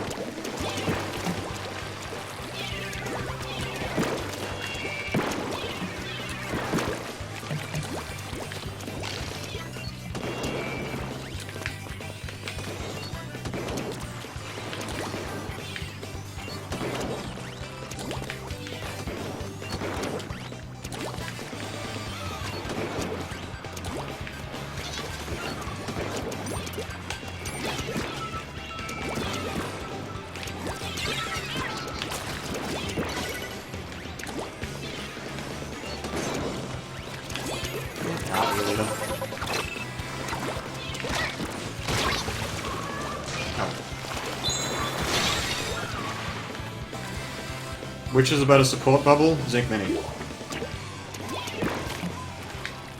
Custom Blaster is not a support weapon. Junior is terrible. Like, it's a fast bubble, sure, but Zinc Mini is like almost as fast and it's a fucking Zinc. Like, why wouldn't you use a Zinc Mini? Yeah, that's what I... Oh my...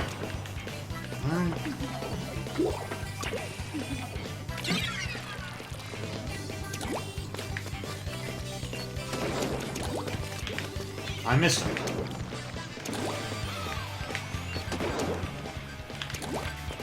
Is he fucking dead?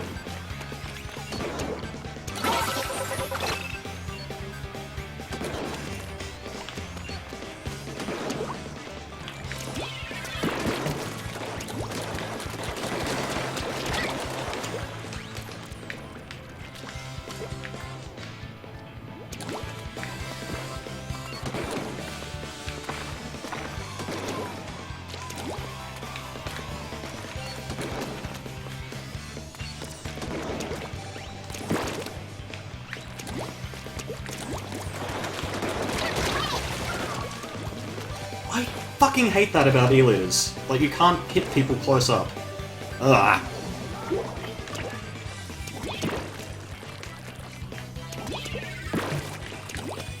I wouldn't call it the oldest. Damage up stacking is fucking stupid. I honestly don't understand why people do it now.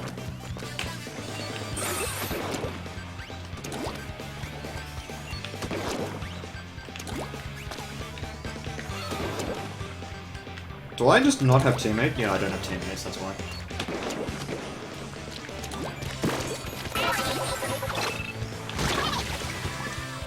I'm an idiot.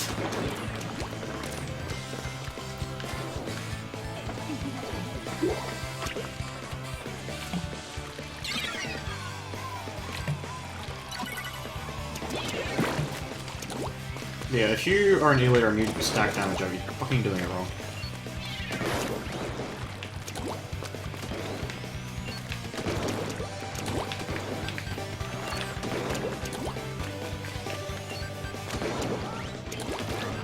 I just shot a fucking laptop. I fucking hate that. Have you seen Resbit's stream lately?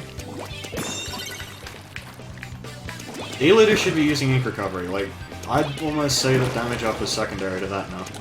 Except burst bombs still exist. Is this a 3v3?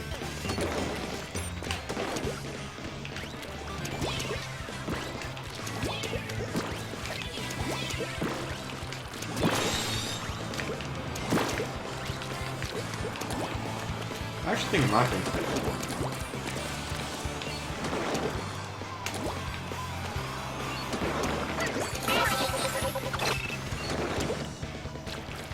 Yeah, this is a 3v3.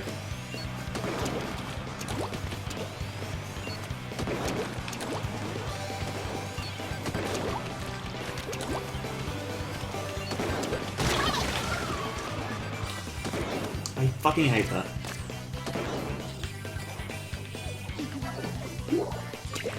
Go team! Yay! I need to stop missing shots. This is just stupid.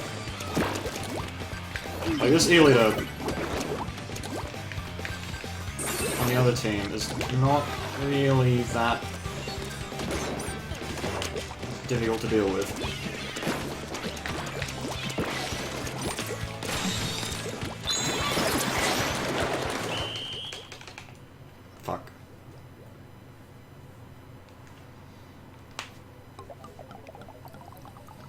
You can manage fine, but you can be just straight up better with ink recovery.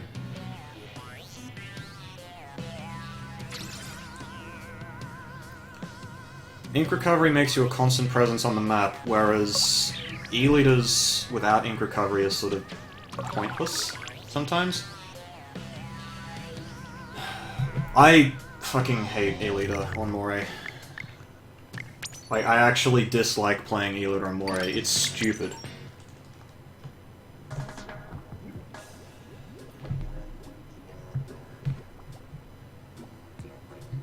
It's really, really boring. Because you sort of get stuck in a peak battle against the other E-liter, and you only exist so that the other E-liter doesn't have free reign over the map. It's just boring. It's terrible. At least in things that aren't slat zones, you sort of... The E-liter is useless once it starts pushing, and it's not that great at defending either. It's only good in mid. But, just annoys the shit out of me. Oh hey, we have 2 fucking E-liters. Alright, I don't actually give a fuck right now.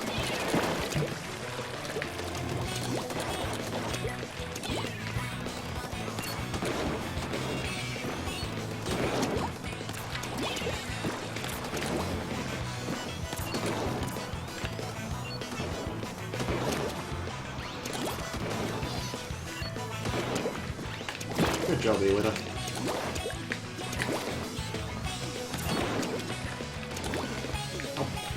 I was in range, fuck.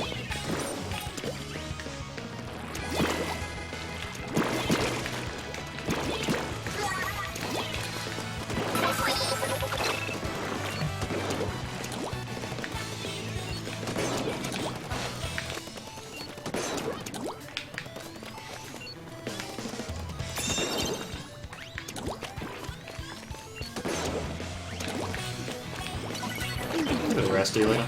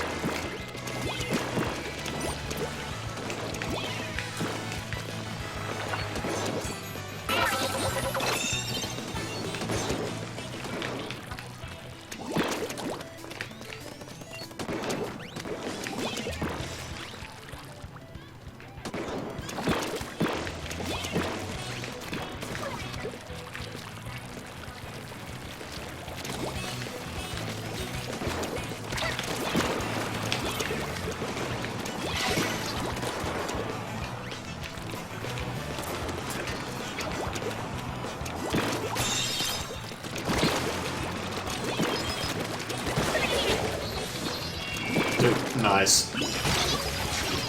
Oh, hello.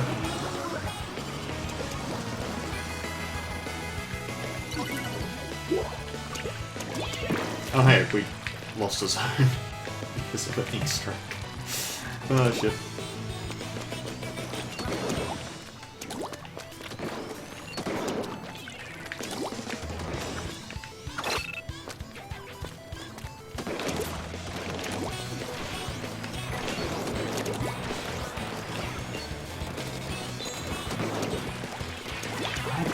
Fuck.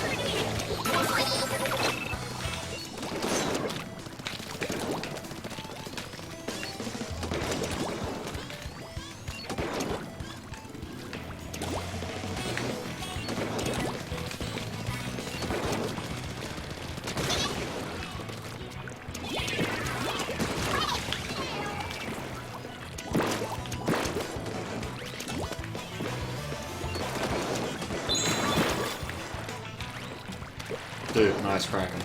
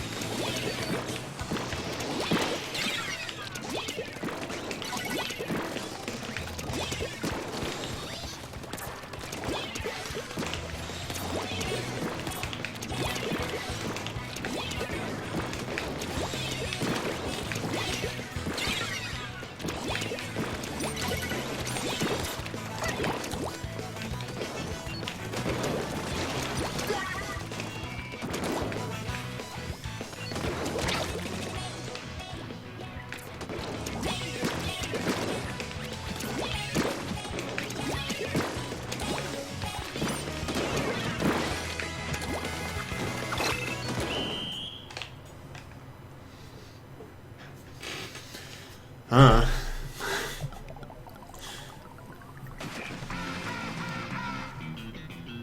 This is just... Isn't this exciting?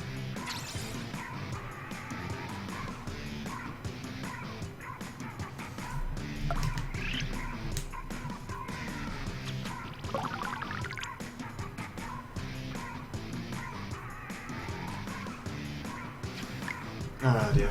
Anyway.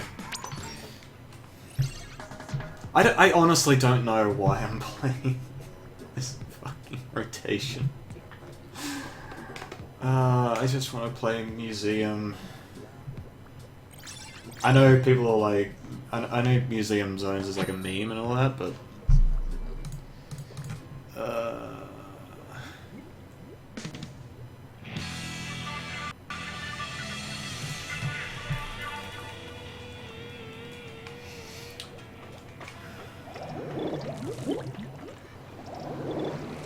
Wait, did I get the end? Oh dear.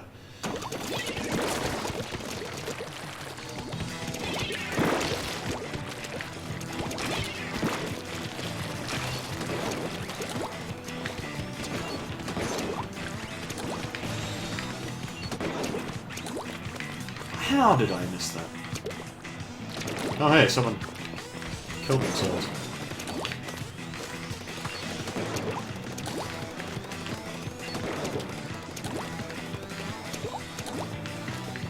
Alright, they have two leaders, I can't fuck around like that.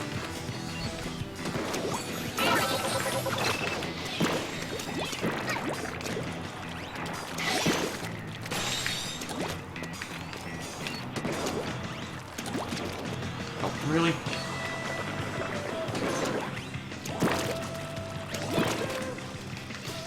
Apparently that guy's laggy.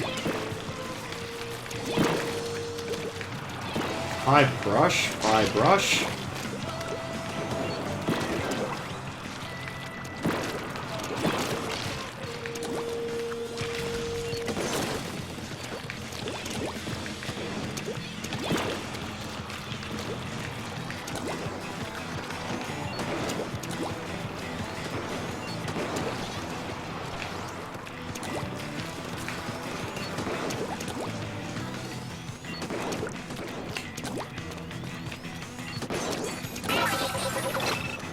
Fuck your pig.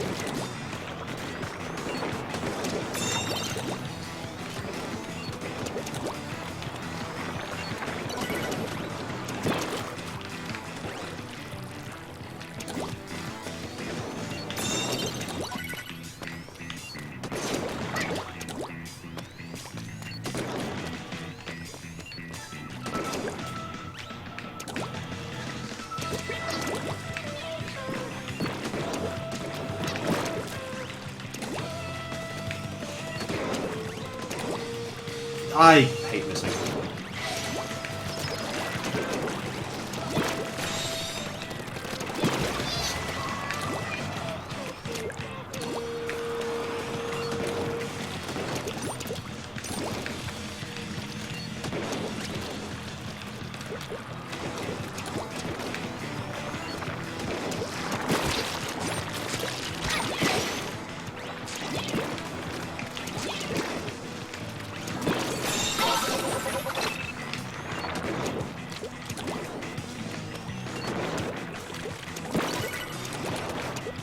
I should know when I'm out of range.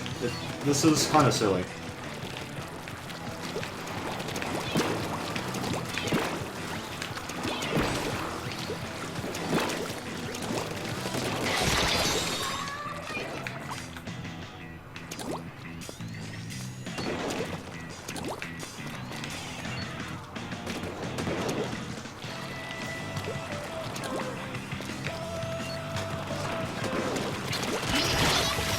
Oh, hello. I'm getting shot. Oh, hey, his name is Pizza! Exclamation mark. We have a fucking disconnect and we're winning. Oh gosh, I was wondering why the map was so fucking empty.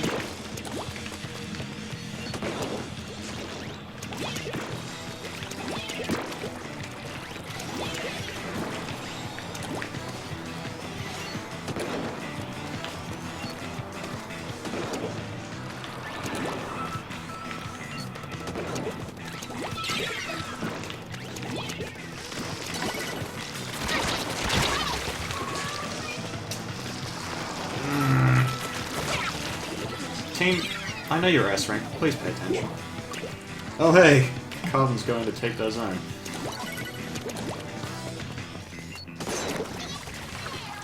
Get out with your trashing.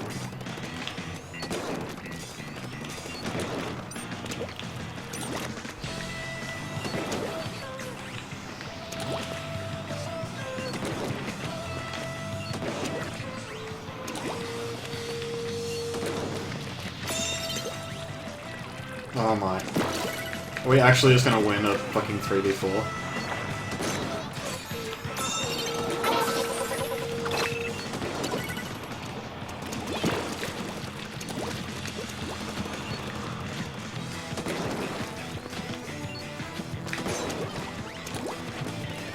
Oops. Oops.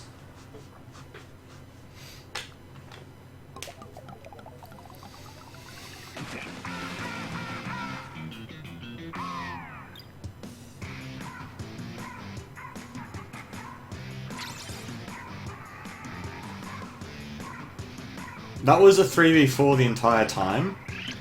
Okay.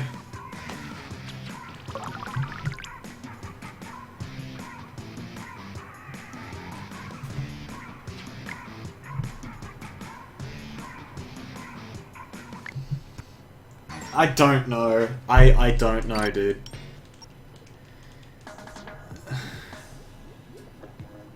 So consistent. Swift, are you fucking... Are you having a giggle?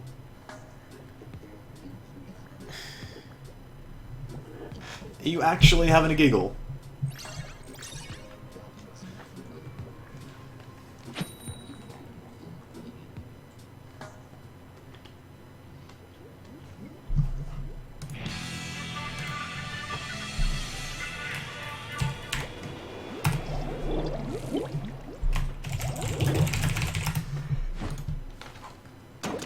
Wait, how many aliens do they have? Is that 3? I'm trying to see. Definitely one. Okay, no, they have... What the fuck was that?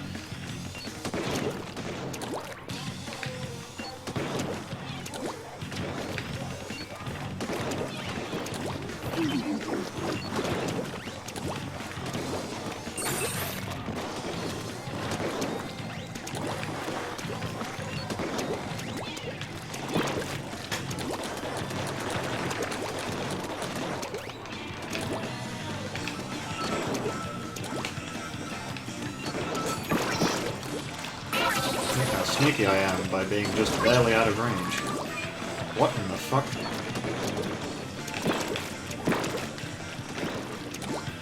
E-Leader, that's very rude.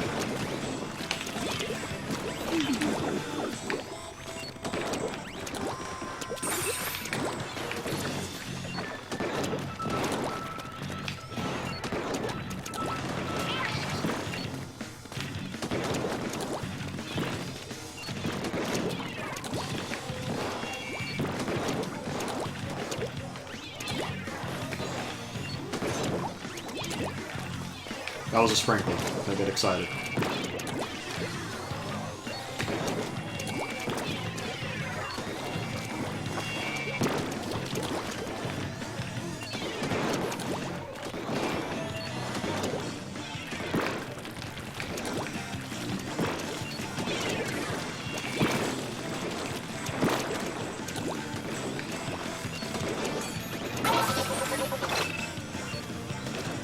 Have I ever mentioned that Moray zones with Eliters is just fucking stupid? Because it is. It's stupid.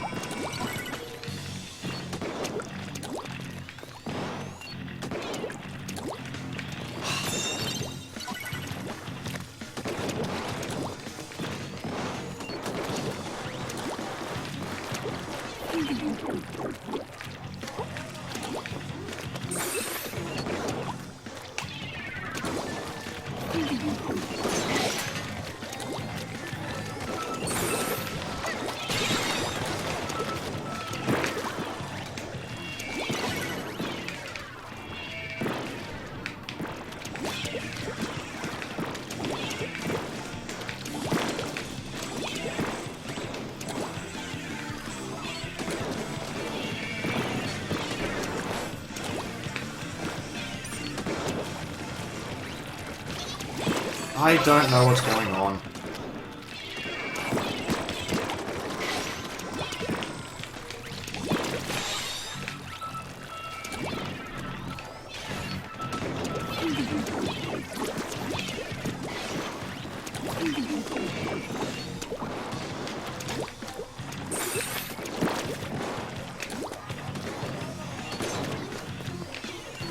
Holy fuck, a kill!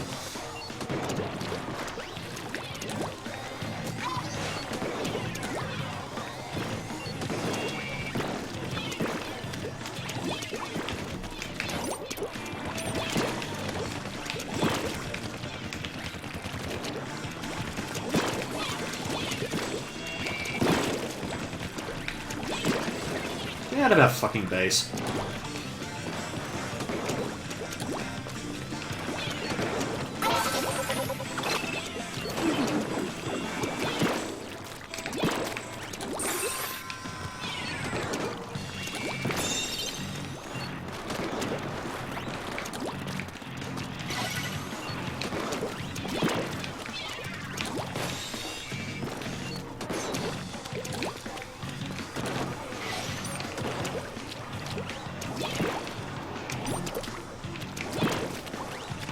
What in the fuck is my camera doing?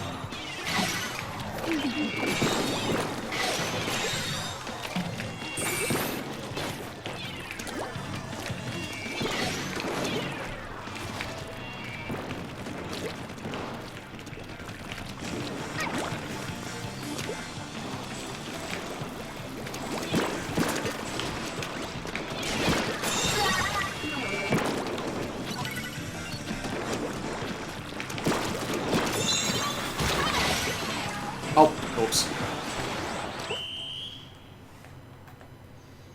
He could... If he had a regular E-Leader, he probably would have died because I would have hit him again, but... If he had a regular E-Leader, he could have painted the zone instead of cracking on it and not actually getting anything out of it. Oh dear.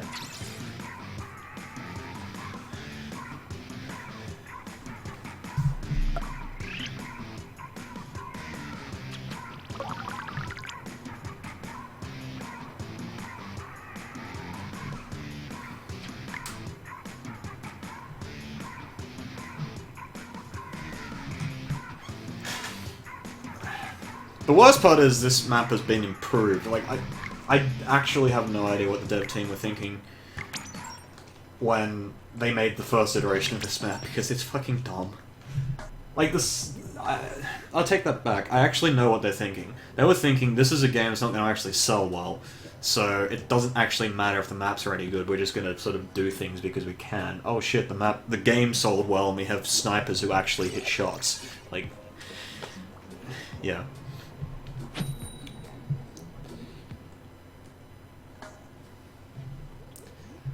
Considering how popular this game is, I wouldn't be surprised we get more updates. I think what's going to happen, though, is at some point they're going to stop giving the Wii U version updates, and I think they're doing an NX port or something. That's what I've heard, anyway. They have a splatter scope. Oh, boy! I'm going to have so much fun.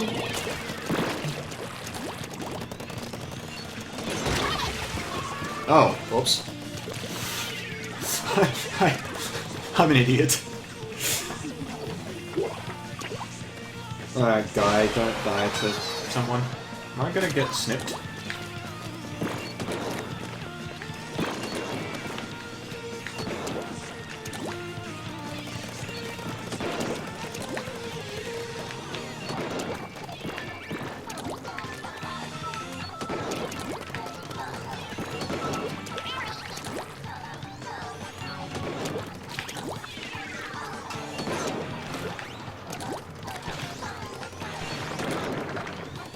Dude, nice. Oh gosh.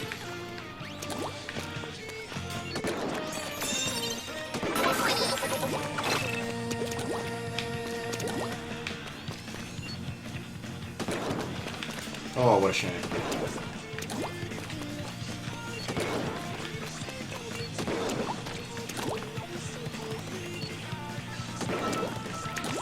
Ah, I just barely took it.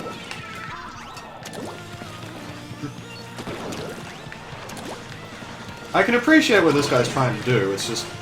it doesn't work. He cracking that, okay.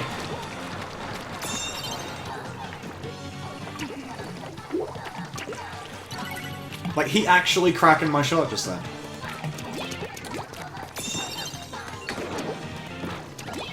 There you go, that's a use for Krakens. Fucking... when you jump in an E-liter and they fucking... shoot you.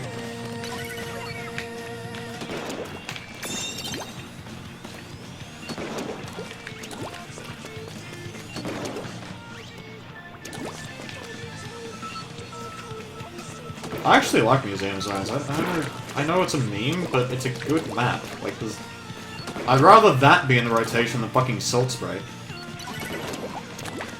Oops, out of range.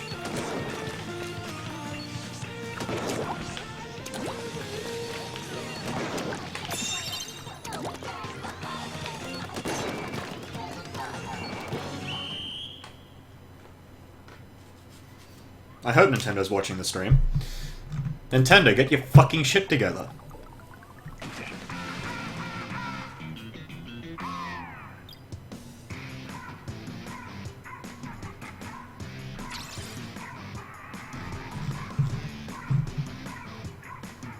Oh right, the Kraken was what killed me, yeah. I was wondering why I died twice. I couldn't remember.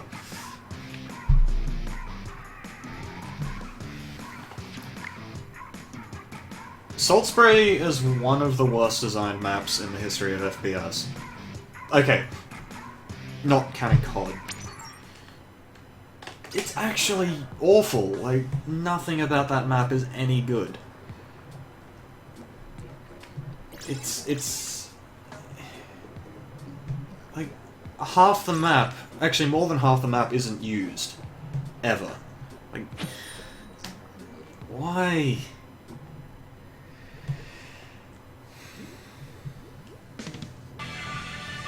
Okay, fuck you, game. I really don't want to play this map anymore. Oh hey, at least the other E-liters...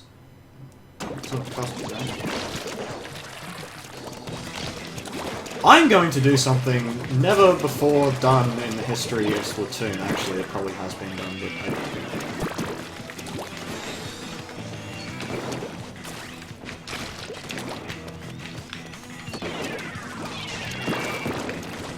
Okay, I think there's a reason why this hasn't been done in the history. But oh fuck me!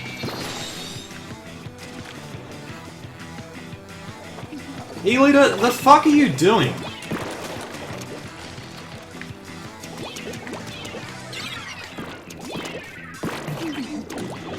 Alright.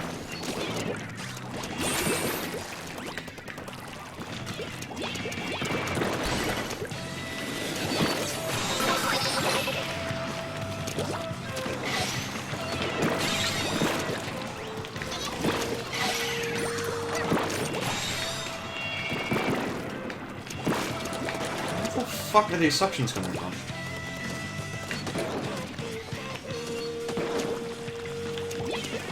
Stop suctioning the fucking zone, you asshole!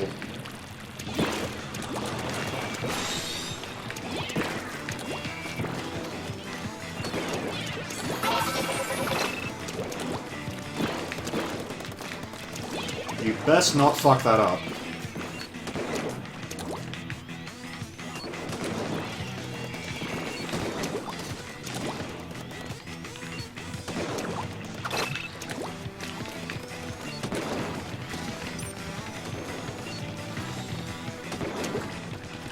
Okay, that guy's just lagging. Good fucking grief, what?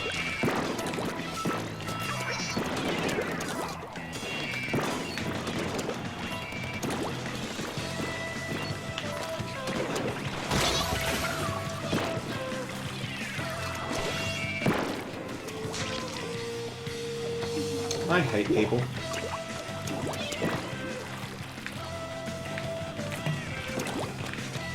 Oh man.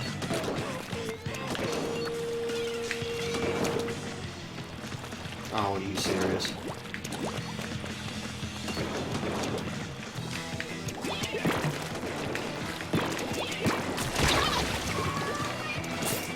Fuck, I should have just kept going.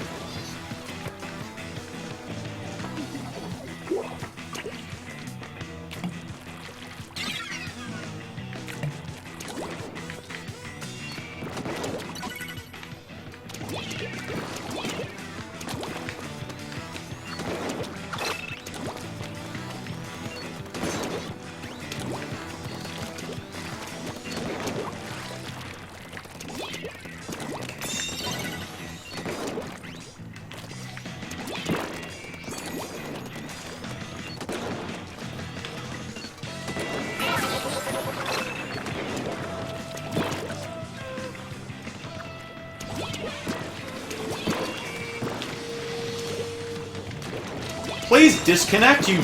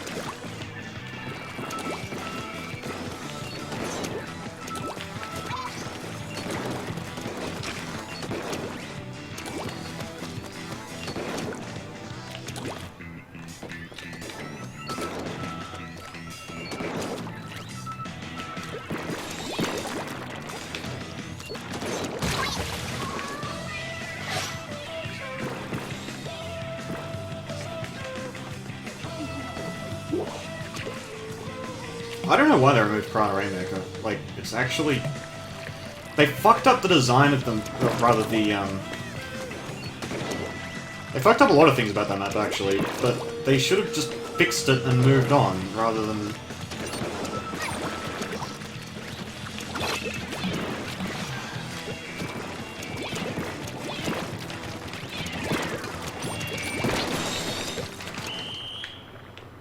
I fucking hate people.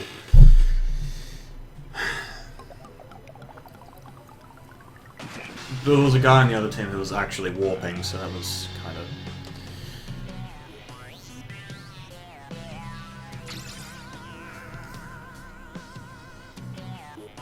Yeah, that CO Christ guy was sort of everywhere.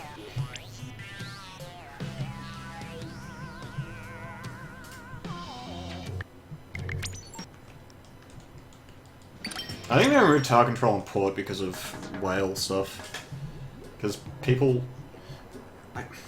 I'd kind of say just remove port entirely, because walls are stupid, but...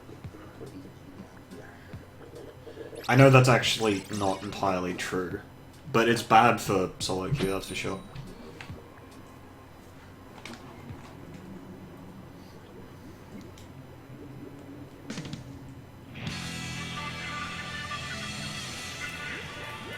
Do my eyes deceive me? Oh, we have a regular blaster and a fucking NZAP.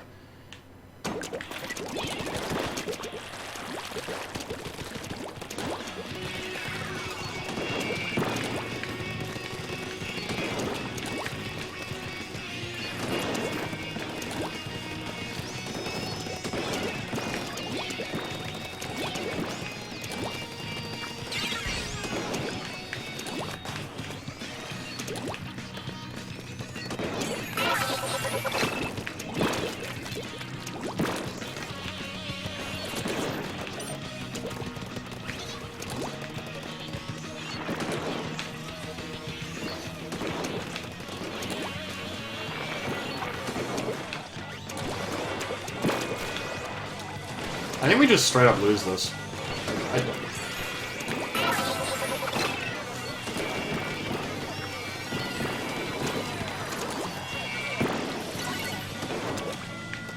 If you're the kind of person who, like, uses stupid weapons because of, like, some sort of idea that they give support to your team or something, just don't.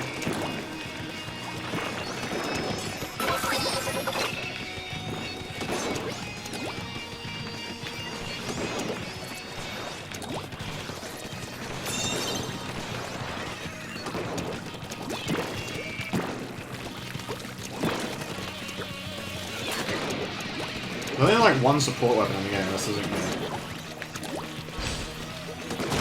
Oh, hello.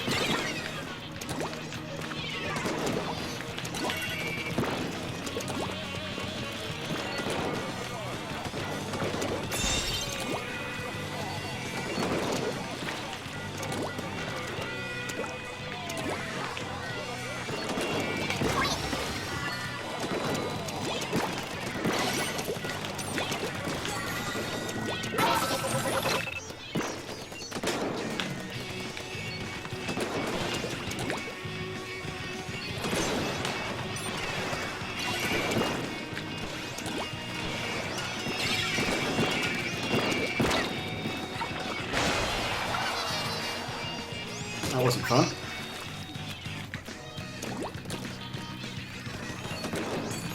Wait, did my screen go down?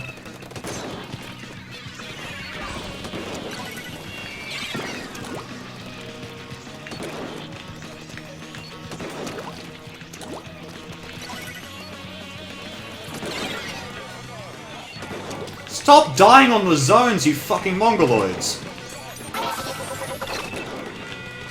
It's not a difficult fucking concept.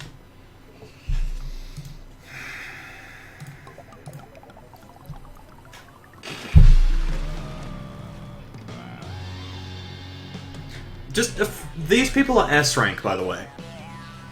Why not just hack my gear? Because if I get fucking banned for hacking gear, which, by the way, people who are, like, saying, oh, but you aren't gonna get banned for it, fuck off. Honestly. Like, I have the amount of naivety in some people. It's great that you can hack gear, but it's hacking gear.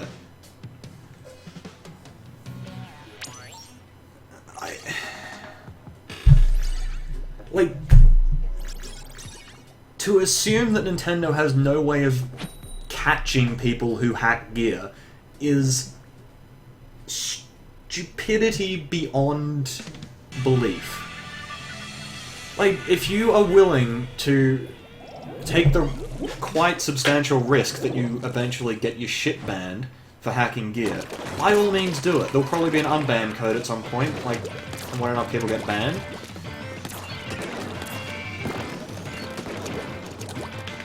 But just don't think that you're somehow invulnerable, because you fucking aren't.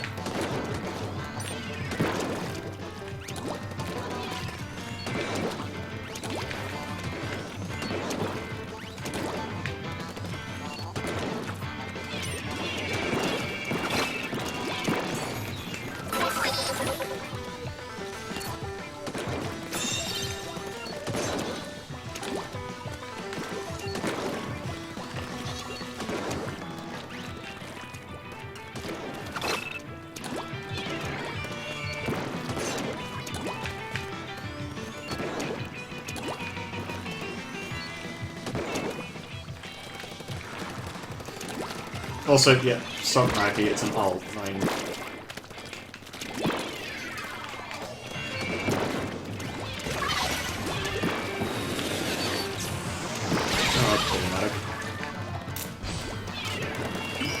Seriously?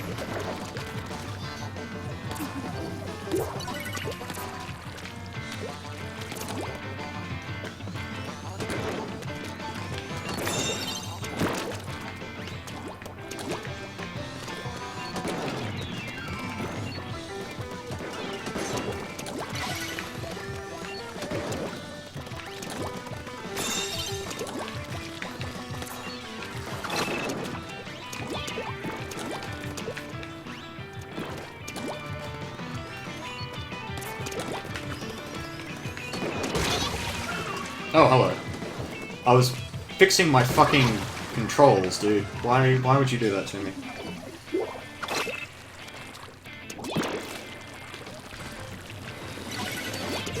Yeah, like, in concept I support the idea of hacking gear because it means that there's no ridiculous fucking entry requirement.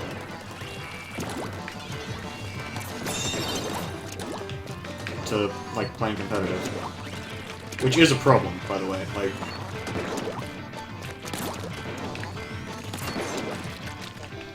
that's just fucking cute. Fucking Squiffer's trying to right-side peek next to me.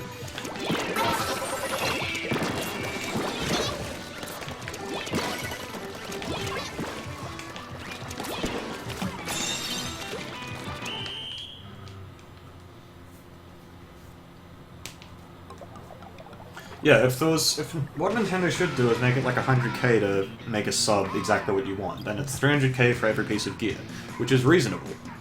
Because then you play enough, like, the only people who actually care about getting perfect rolls, for the most part, I'm not saying everyone, but most of the time the only people who actually know what they want and care about getting perfect rolls are S+s.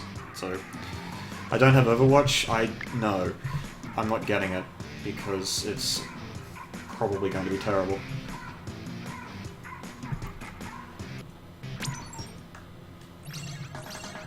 Blizzard isn't good at balancing games, so I generally stay away from their multiplayer stuff.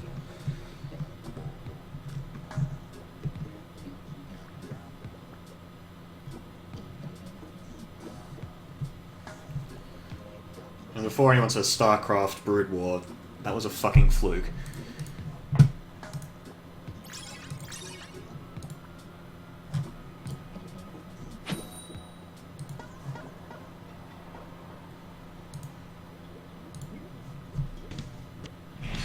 It's popular because it's a fucking Blizzard game. What I want to see is, like, a top Splatoon team go to Overwatch and realize that they're not even fucking F tier, and just, like, get their shit pushed in. Having awful communication and strategic thinking.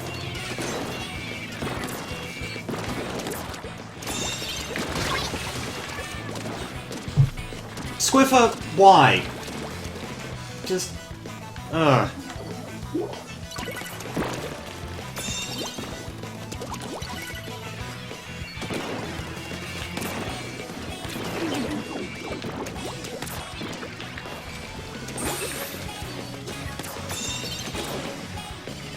Oh, wow.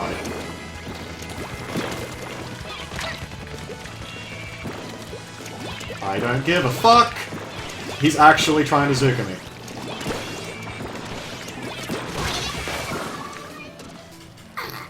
I thought I'd just give him that one. Chimera's going to Overwatch? Good fucking riddance.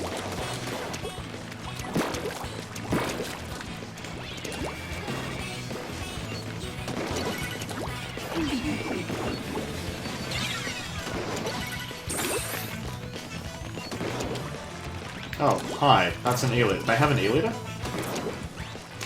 Since when do they have a fucking E-Leader?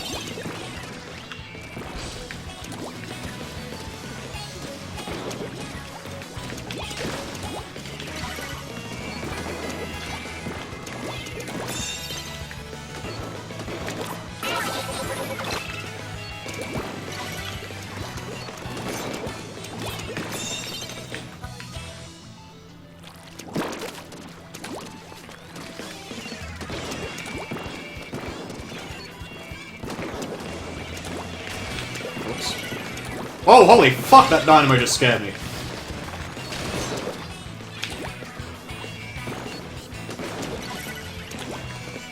Okay, that E-Leader isn't peeking for some reason.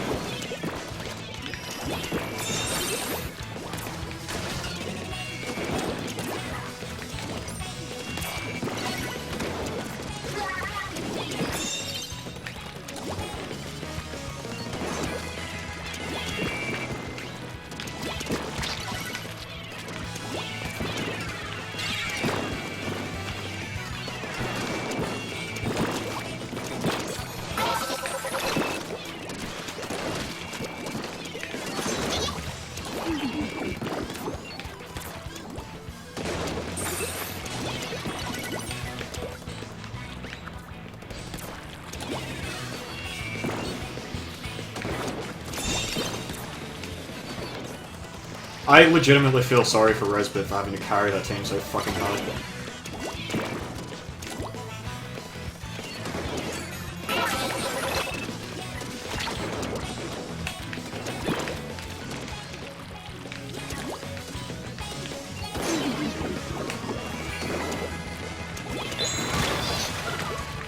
Holy fuck, there's a Kraken in our base.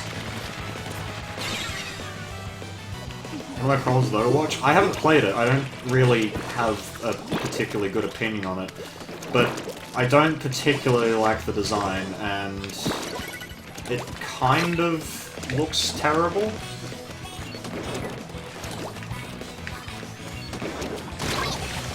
I missed! Holy fuck.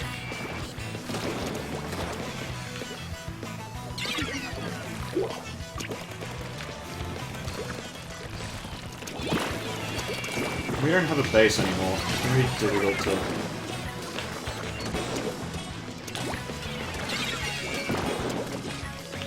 to... I'm so glad I'm playing an S rank now when nobody actually knows how to hate zones. I'm an idiot. Go team! Okay, don't. Never mind. Up, up, up, up! Oh, are we gonna...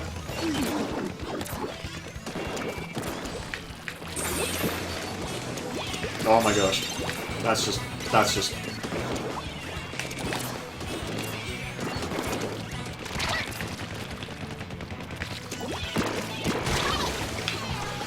Oh, shit. That's a problem. See, he just pulled it out straight away.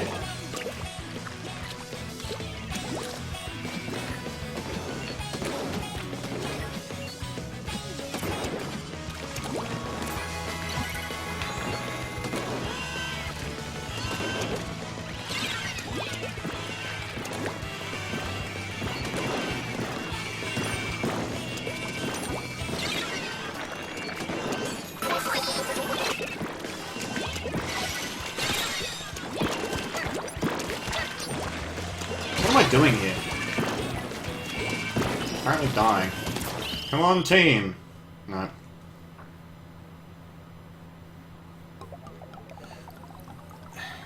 Most FPS games are fun when you're first learning them. Problem is that Blizzard games tend to not have much in the way of...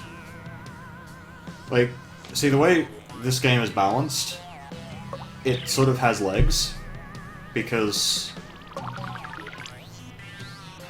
there are a lot of bad weapons, but, like, you can always sort of fuck around and there's... I don't know. The problem with Blizzard games, though, is they tend to be balanced really badly. And very much in the way of... very much with knee-jerk reactions. Like, Blizzard will do something stupid, community will yell at them for it. Turns out that stupid thing was actually a good idea to begin with, just Blizzard sort of fluked it. Oh, yeah, no, I know, I just sort of decided that I didn't really feel like winning, so... Yes, this is my ult. Anyway. I just generally didn't... I don't see much potential in that game, basically. It looks like a worse version of Team Fortress 2. And, yeah.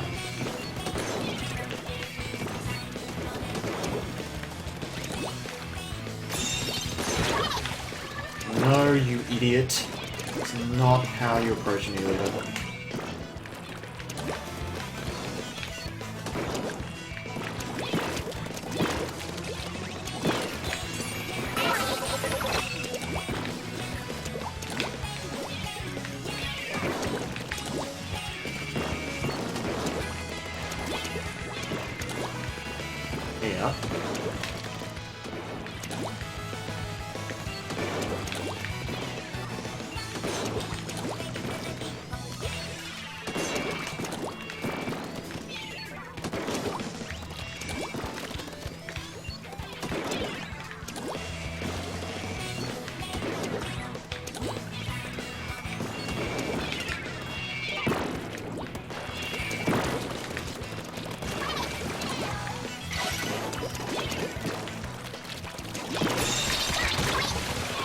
Oh, that's unfortunate.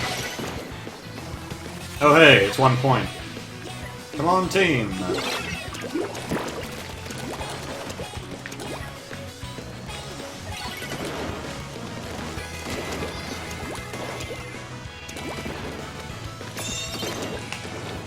Oh gosh, that was close.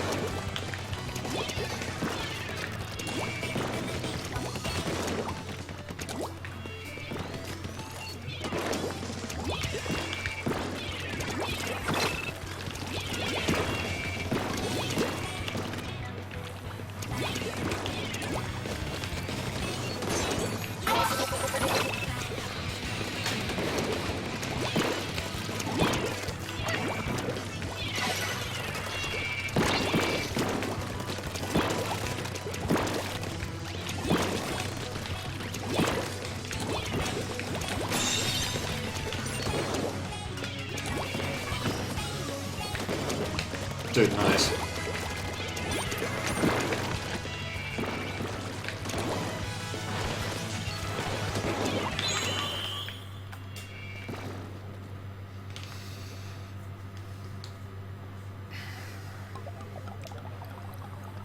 Dynamon plays Dynamo, I play Elita badly. I mean, I guess Dynamon is relevant to your interests, but... aren't bad Elitas fun to watch? I don't know. I don't... just regarding Overwatch, I don't really have a worthwhile opinion on. I haven't played it. I'm not likely to play it, because it's either...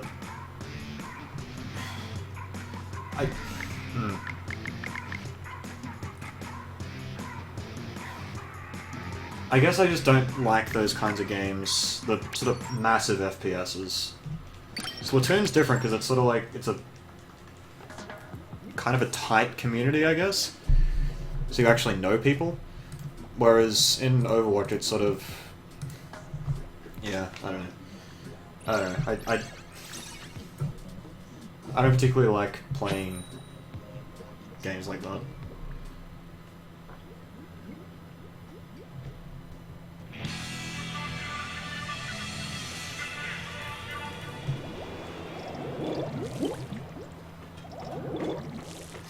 And we're back here again.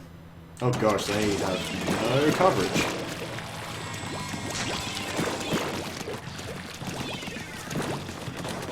I'm gonna try this thing that I did last time.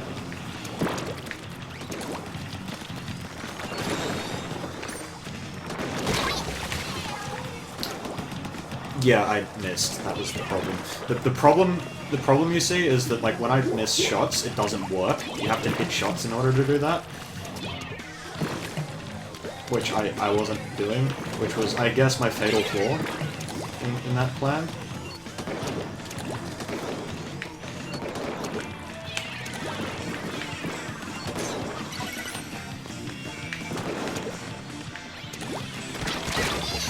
Oh, there's a pro up there. Why is there a pro up there? That's our base, not theirs.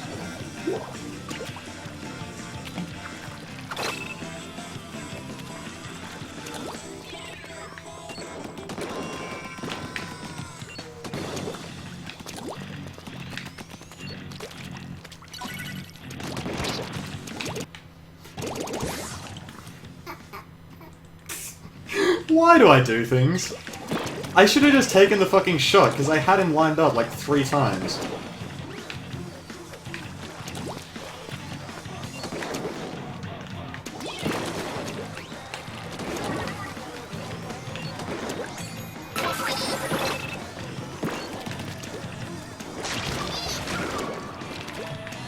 Dude, nice.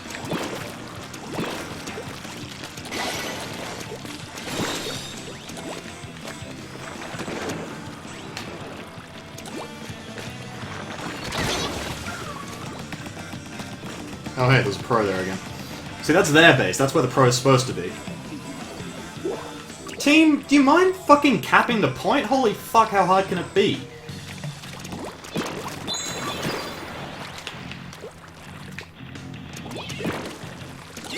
I'm going to have Kraken following me.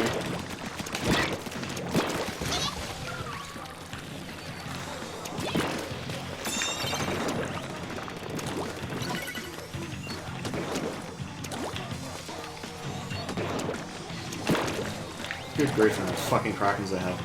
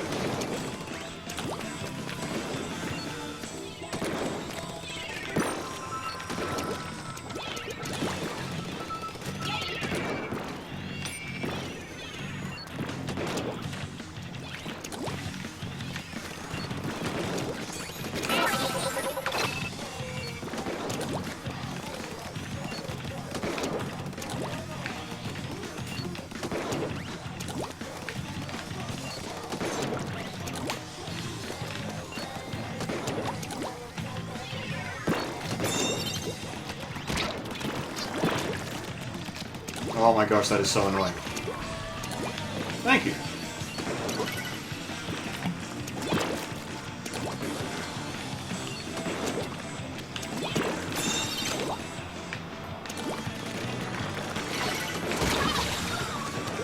Can I stop missing shots like that? Holy fuck.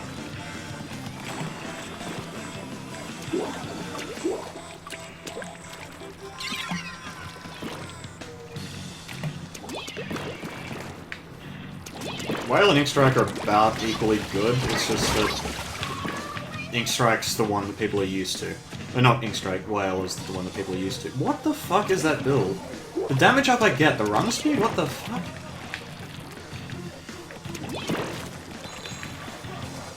Damage up Squiff is all my...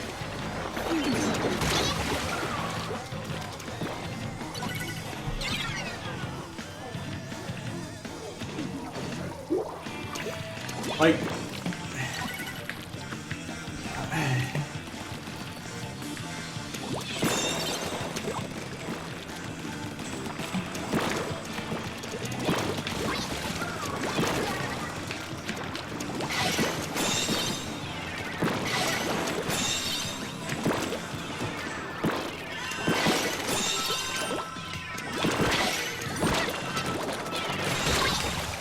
I'm so fucking... yeah.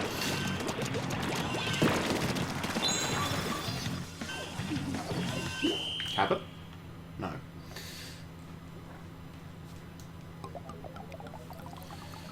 Damage stacking on Brush is kinda nice, I guess. What to run on Berry Pro? Ink Recovery and Swim Speed for the most part. I was playing very suicidally that game, I must admit. And I was also missing a lot of fucking easy shots on stationary E-leaders, like, that's just not a good sign. Let's see. Is Sheldon gonna bitch at me for a while? Okay, good. Let's see. I'm just gonna talk about the Sheldon's weapons because I've been meaning to. Where is it? Alright. This is a meme. Stop using it. Fucking hell. Berry Pro is ridiculous, but people just sort of suck with the Pro because it requires skill. So people aren't really using it very well at the moment. The problem with the Pro is a lot of people don't get why the Pro is good. The weapon itself is nice, but the suction bombs are what make it so good. And people aren't using the suctions, and that's why it's not really getting results. With this weapon, you build around the suction rush, so you use ink recovery so that you can get more suctions out, which that's your main way of painting. You can use damage up if you want to use the 2-shot slash guaranteed 3-shot build. Oops. And I have to scroll through the whole fucking thing. Stupid fucking... So yeah, you use Ink Recovery, you can use Swim Speed, you can use Special Saver, you can use Special Charge Up. I still haven't really figured out which is better out of Special Charge Up and Special Saver for the medium depletion weapons. Special Saver is definitely the thing you use on low depletion. If you're using a low depletion weapon and you use special charge up, you're doing it fucking wrong. Special charge up is a very weak ability. It's only good when you use like it's only really good when you have a heavy depletion weapon. And even then it's sort of questionable whether you should actually stack it. Like, special save is good because it's a pro, it can die very easily. But at the same time, ink recovery is just really nice for it, and that's what people should be using. Maybe even bomb range. Like, I still haven't really figured out what the best build for this would be. The reason I say this weapon is a meme, by the way, the Wasabi, it's...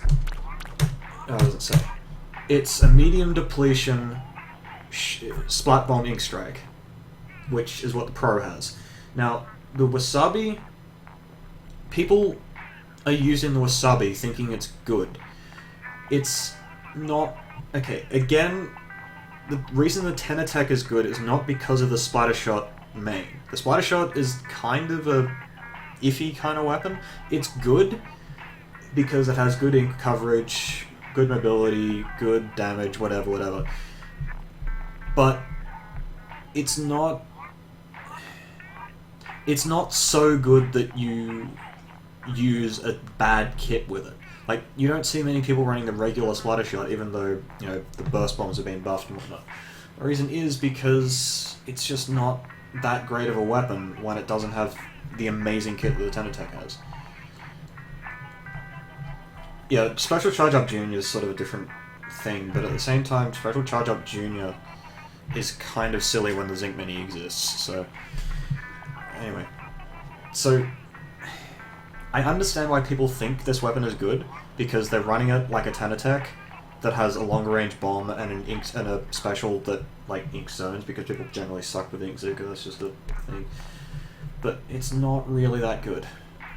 People need to understand this. Permanent Ink Brush I would actually consider not good, but it has a niche. Because the Permanent Ink Brush covers ground so fast and builds Kraken really, like, it's the fastest Kraken in the game and it has light depletion. It also has no real gear dependence because, like, you can run damage up with it, but it's not that important. The splat bombs mean that it can actually function when it's not part of the, like, when it's not in control. And it is actually a good ambushing weapon because even though it's slow to kill, the point of the ink brush is that it never misses. Like the same thing with the Octobrush. If you are flicking at someone with an Octobrush, you do not miss. They are guaranteed to be dead in 3 flicks. Unless you suck, in which case you have other problems. But that means that if someone is caught by like a Krakon roller, they can sort of dodge it. Like they can get into the 50 damage range and then take out the Krakon or the Smart Roller or whatever before they can actually do anything.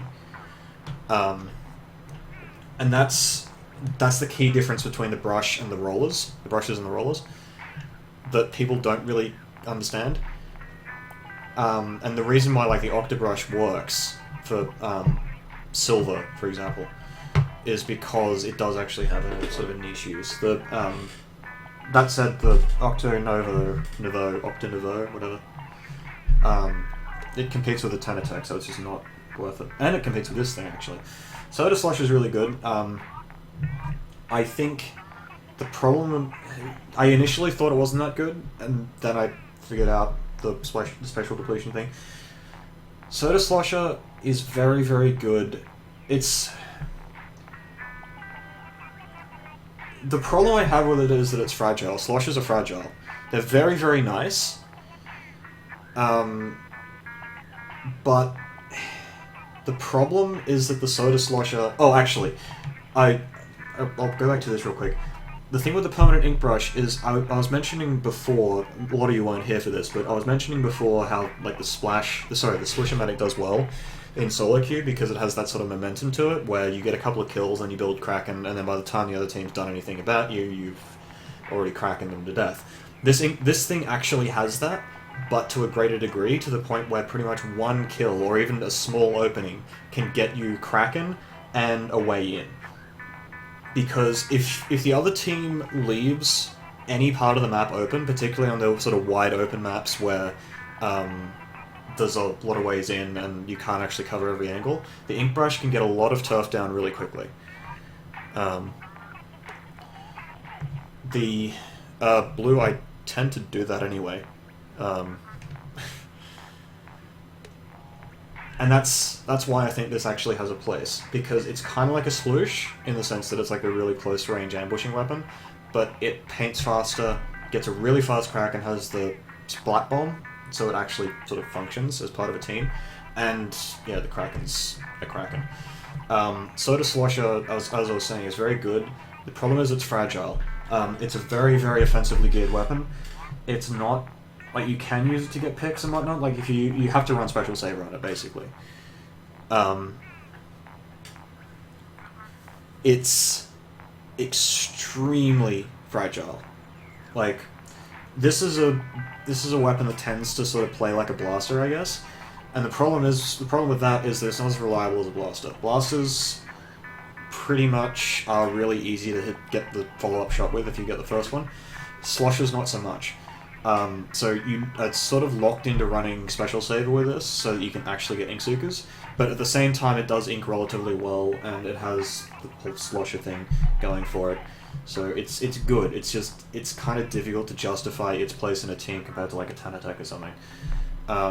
Fresh Squiffer is good on a bunch of maps, Kelp's the main one. Anything where it actually has... Anchovy, it's good on Anchovy. Any map where there aren't really that many long-range corridors, where things like splatter scopes and e-leaders can take advantage of it. So yeah, Kelp is the main one. Anchovy is quite good for this. The problem is that it does kind of compete with the Custom Range Blaster, which, as far as I'm concerned, is currently the best weapon in the game. But it's still good. Like, this thing... The thing with Squiffers that people need to take advantage of if they're using them is right-side peeking to get zero-frame kills. And by zero-frame kills, I mean, like, you peek out, there is absolutely no way the other guy can see you, and you instantly pop them. That's what the scopeless charges can do that people don't really take advantage of very much.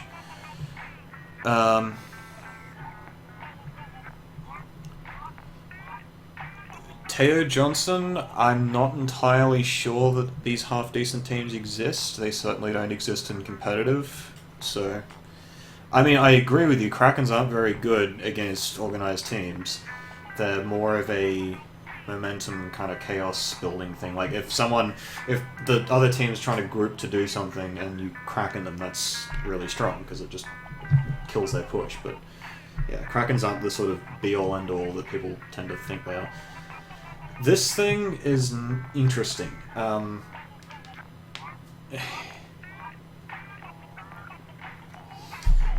I actually kind of think... Because the problem with the other two Bamboozlers that gets definitely SRL, and I don't know of any other teams that often run Bamboozlers.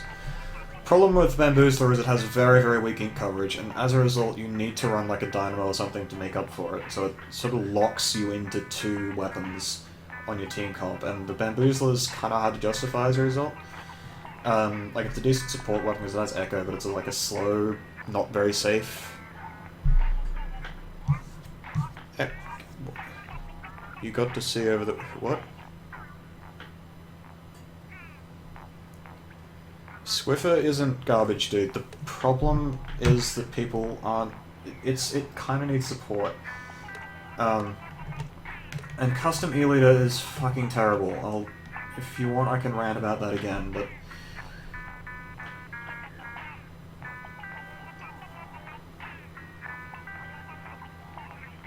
Oh, S. Okay, right. Oh, yes, right. So, this thing, as I was saying, the Bamboozler has terrible ink coverage, and that's its biggest problem. This thing doesn't have terrible ink coverage. The Burst Bomb and Tap Shoot thing is nice, and it means that you don't have to spam damage up quite as much, although you probably still should because Burst Bombs. But this thing with, like, an ink recovery run speed, like a main of damage or something, is really, really nice, and because it actually does ink quite well.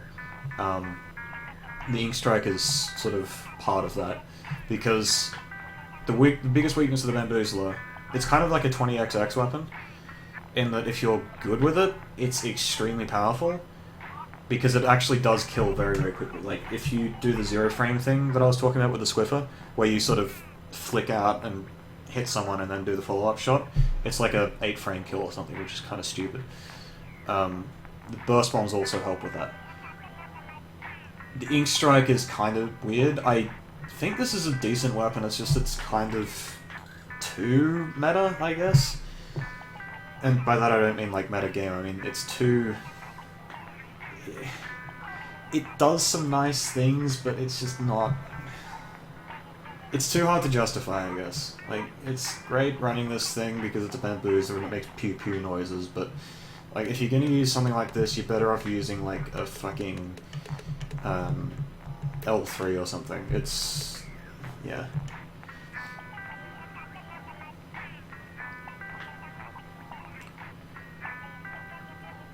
Teo, I actually did address that earlier. I'll talk about it again in a moment.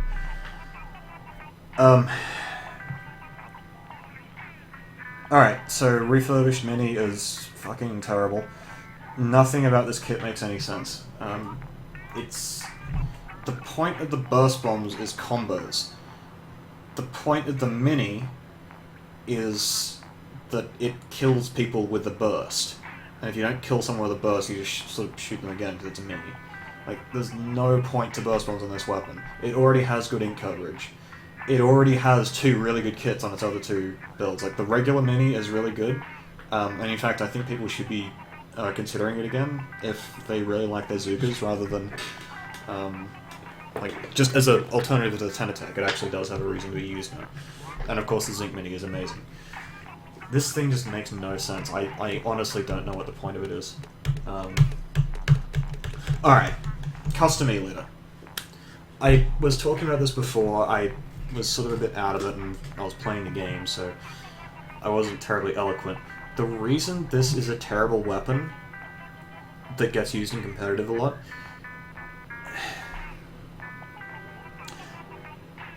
This weapon is really, really bad for competitive. It's really, really good for solo queue though, because the problem with sniping in solo queue, as you've quite often seen, is that you don't really get support from your team. You kind of need to have good positioning on your own. You can't play aggressive positions at all, and that sort of thing.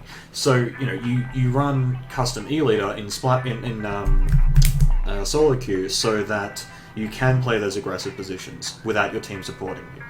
You can sort of move up, stand in the middle of the map. If you get charged at, you have Kraken. Like, that's really good. Like, the burst bombs are nice, but they aren't reliable enough.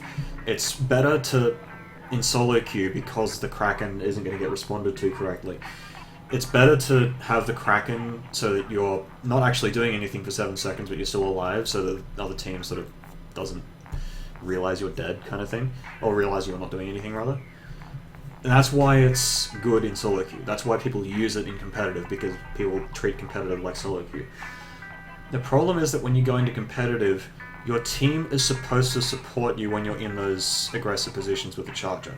You're supposed to have like a Ten-Attack or a roller or something ready to dunk people who try to charge at you.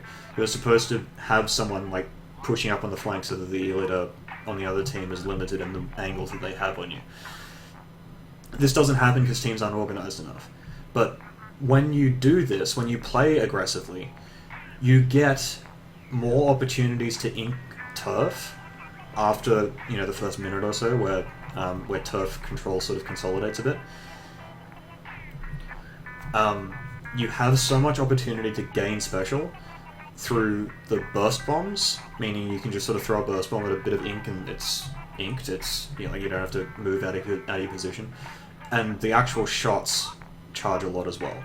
So that means you have a really, really safe echo, and you also have burst bombs, which are just fucking fantastic for organized play.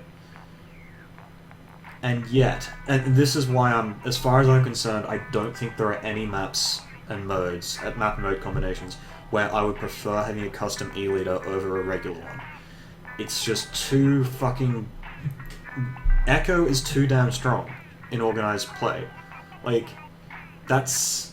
Now that Cold-Blooded's been nerfed, that is like 5 seconds where the other team can't do anything. And because Cold-Blooded's been nerfed, fewer people are running it, so it's actually more like 9 seconds where half the enemy team can't do anything. Like, that is really fucking strong. Not only that, but when you run Echo with an E-Leader, you get 0-frame kills every time. You can just aim at the guy with a wall sort of between you and him, and then pop out, and then instantly you shoot them. Like, this is really powerful. Like, it's... even if you were running a regular Dynamo, this... you still would run a regular E-Leader. Anyway. Echo got nerfed as well, but it's still fucking 9 seconds of wall hacks. Before, it was fucking overpowered as hell. It's still overpowered.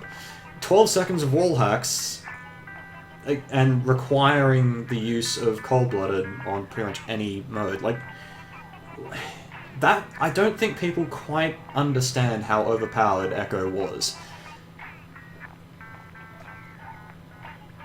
Yeah, Recon. Recon's actually good, it's just not something you want to use on an E-Leader, because the point of the E-Leader is that it's alive on the map, stopping people from going all over it. Like, you have an E-Leader in a position that cuts off certain angles. You put the fear of the E-Leader into the enemy team, and they can't do what they want to do. They have to play around the E-Leader. When the E-Leader uses Kraken against an organized team, what's supposed to happen is the organized team is supposed to say, their E-Leader just used Kraken, we got 7 seconds of the enemy team having no sniper, let's fucking push. But teams, of course, don't do that because that requires strategy, which is something that the Splatoon community is clearly above. My gamepad's running out of battery, and I don't particularly feel like plugging it in, so I'm just going to sit it over here. Anyway.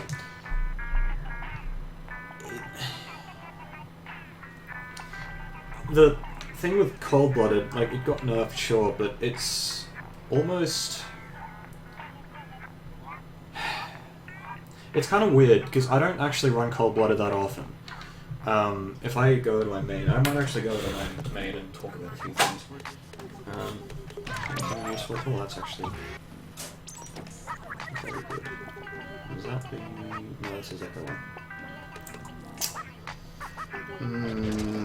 Tantrum.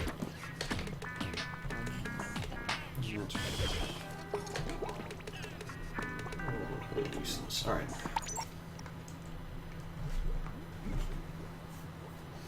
Custom Range Blaster having light depletion is one of the craziest things they've ever done.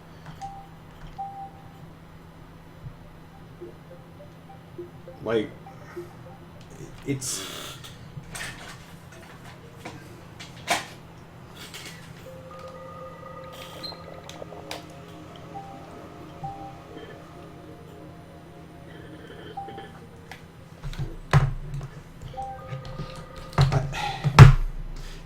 I really can't overstate how powerful the Custom Range Blaster is now.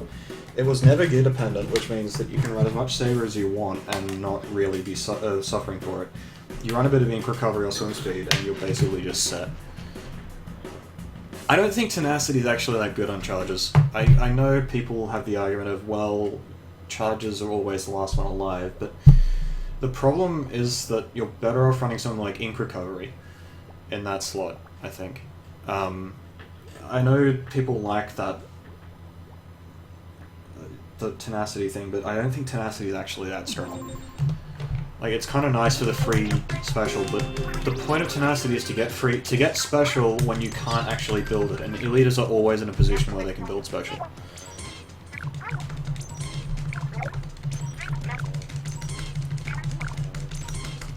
Oh yes, for those who don't know, Spatial Saver still returns special as though you had lost 50% no matter how much you're actually losing. So, if you... what the fuck is... oh, right. Oh, yeah, I was leveling this. Why was I leveling that? Oh, right. Alright, so Custom Emulator. This is my usual build for it. Is that it? I think so.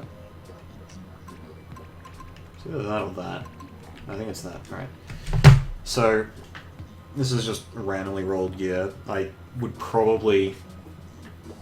Were I to actually like hack my gear or something, I would probably run just the 2 mains of Saber with triple swim speed on the hat and the shoes, and then triple ink recovery or something on the shirt.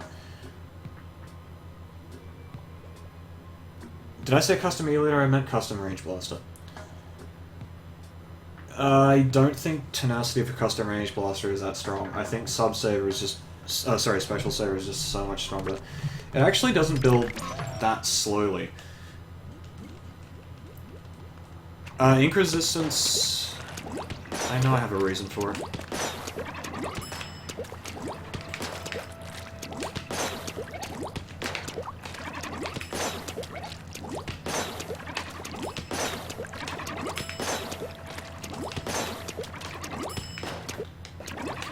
So yeah, can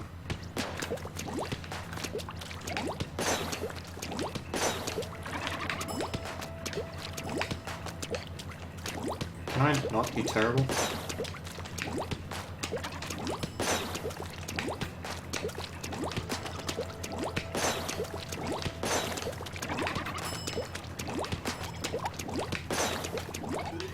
Anyway, what was I doing? Oh yeah, I was gonna show that this thing actually builds special kind of quickly. When you're... I'm just gonna do this. Oh, of course.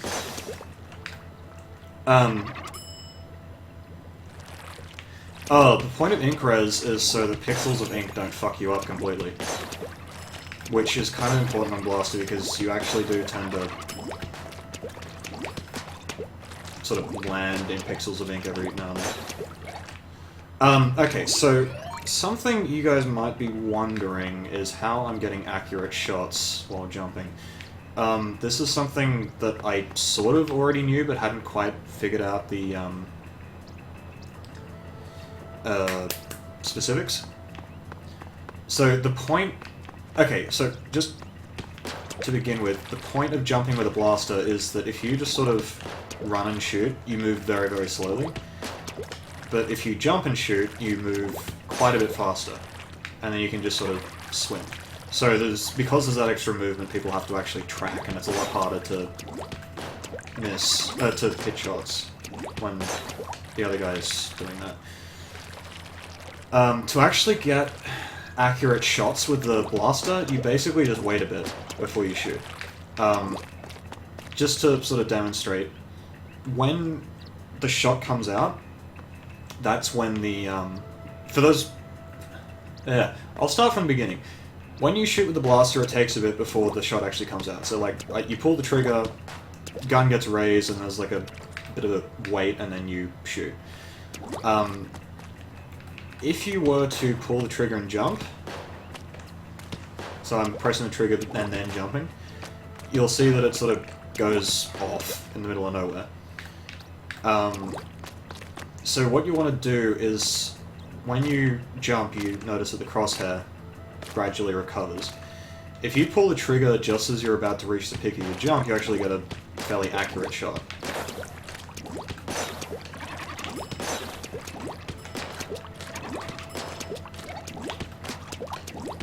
And this actually works with all weapons, it's only really the blasters where this matters. And you see that even when I'm missing, well, to be fair, I shouldn't be missing like that, but...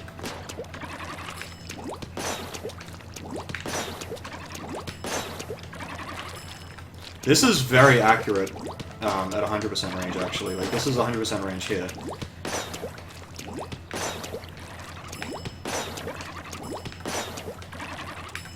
So, that's how the Japanese players do it. You don't fucking... What I see a lot of people doing, particularly people who don't main blasters, is this sort of thing. Which is kind of effective, I mean, but the point of the range blaster is that it has directs.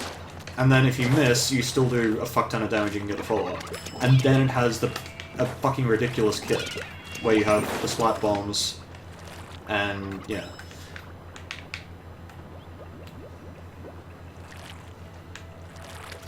And yes, Penguin. I've actually been talking to Penguin a lot lately, just about CRB and whatnot. Like, I was talking with him about the builds that he's using and so on. See, like, that shot just there was 100% range, and it was dead accurate.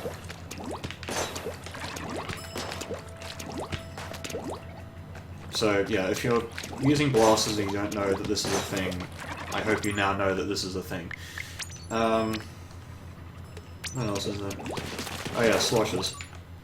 The build I'm using right now, actually, if you're going to use Slosher Deco, basically use this build, but with this sort of thing. Strapping Whites are generally good. Oh, what the fuck am I doing? Strapping Whites are good with the Deco.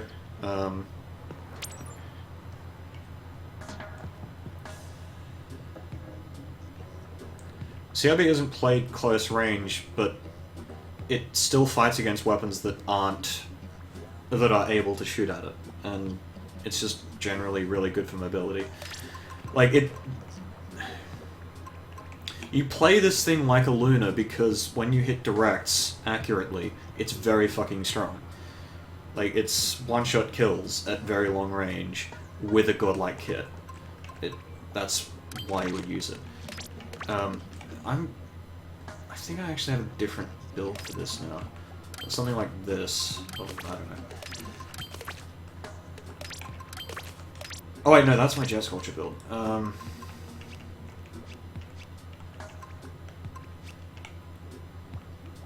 yeah, Jet Scorcher build, while I remember. Where is it?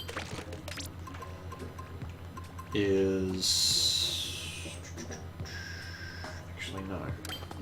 Is that it? I think that's it. I can't remember what I actually used with this.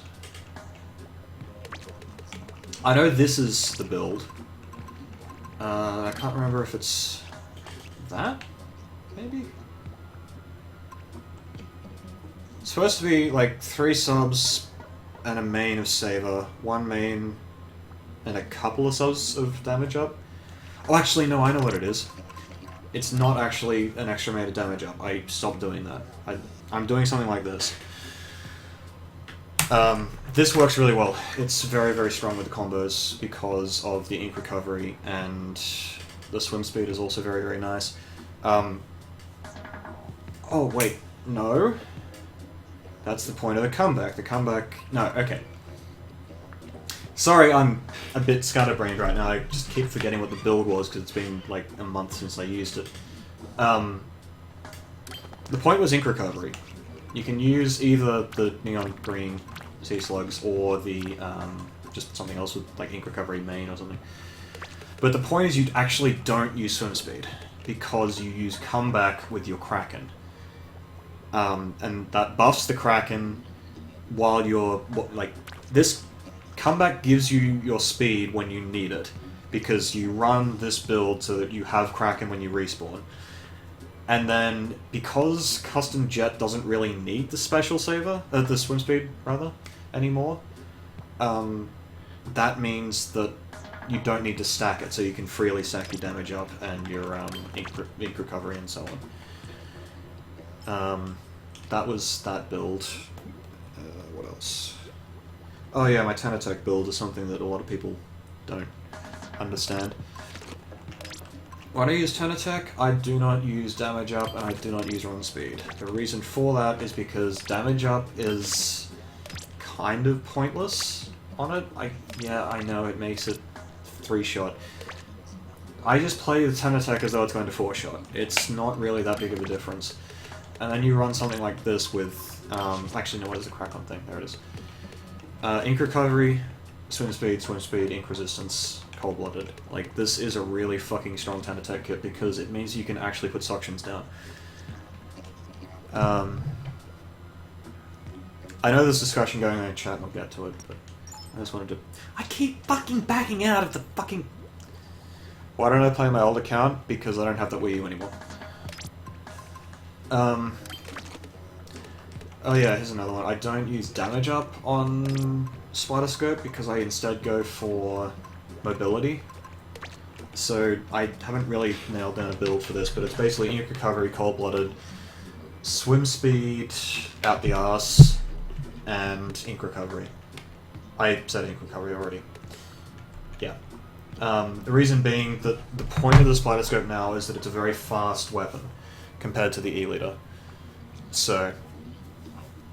Oh yeah, directs are definitely a muscle memory thing. Fuck! I am so fucking sick of this. Urgh. Takes so long to load too, because it's on fucking disk. What else? The reason CRB is the best weapon in the game right now is because of the light depletion. It's not going to be anywhere near as good if it gets nerfed. But, whatever. Zinc Mini... I have a bunch of builds for that, but I don't really think they're any good yet. Berry Pro...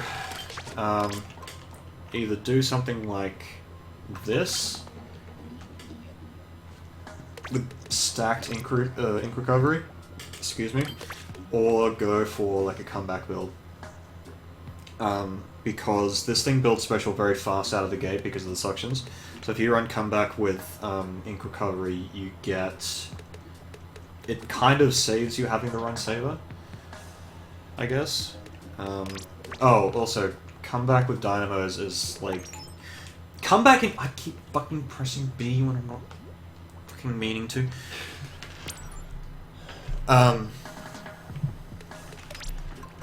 Dynamos with comeback are fucking ridiculous.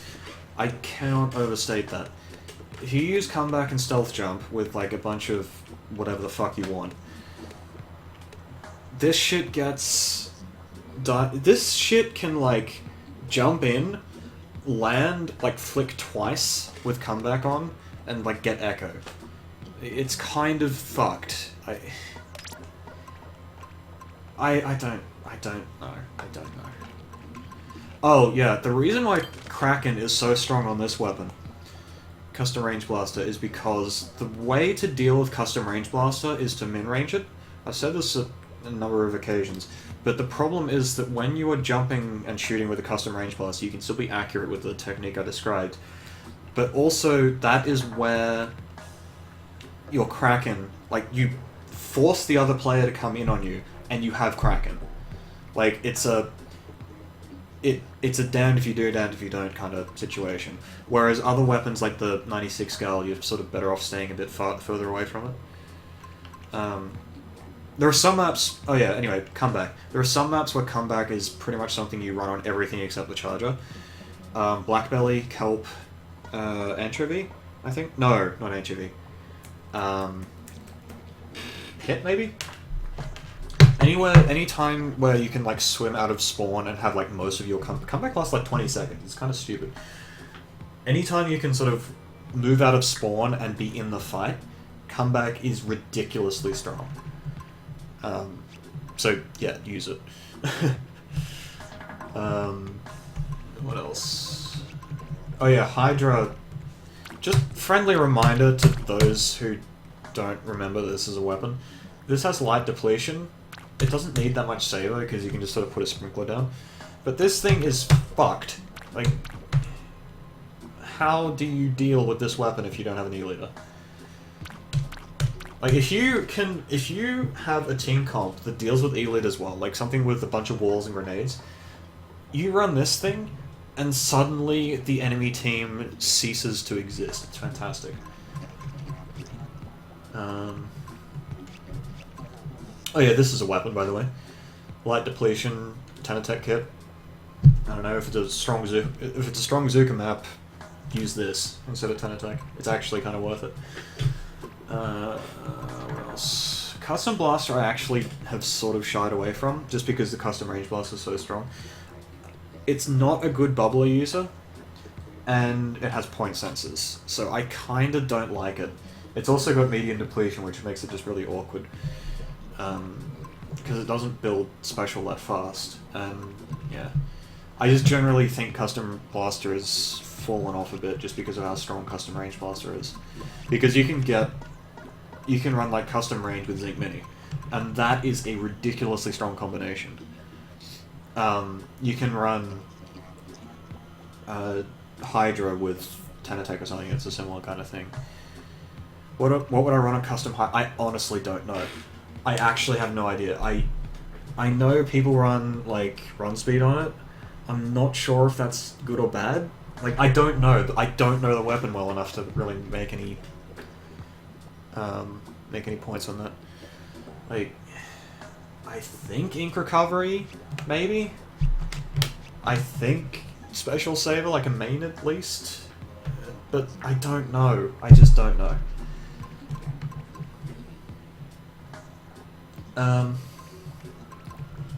What's another weapon that people are sort of doing wrong?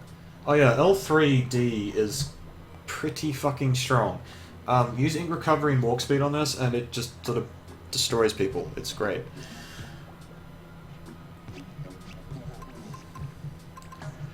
Using damage to counter defense on Hydra is kind of stupid.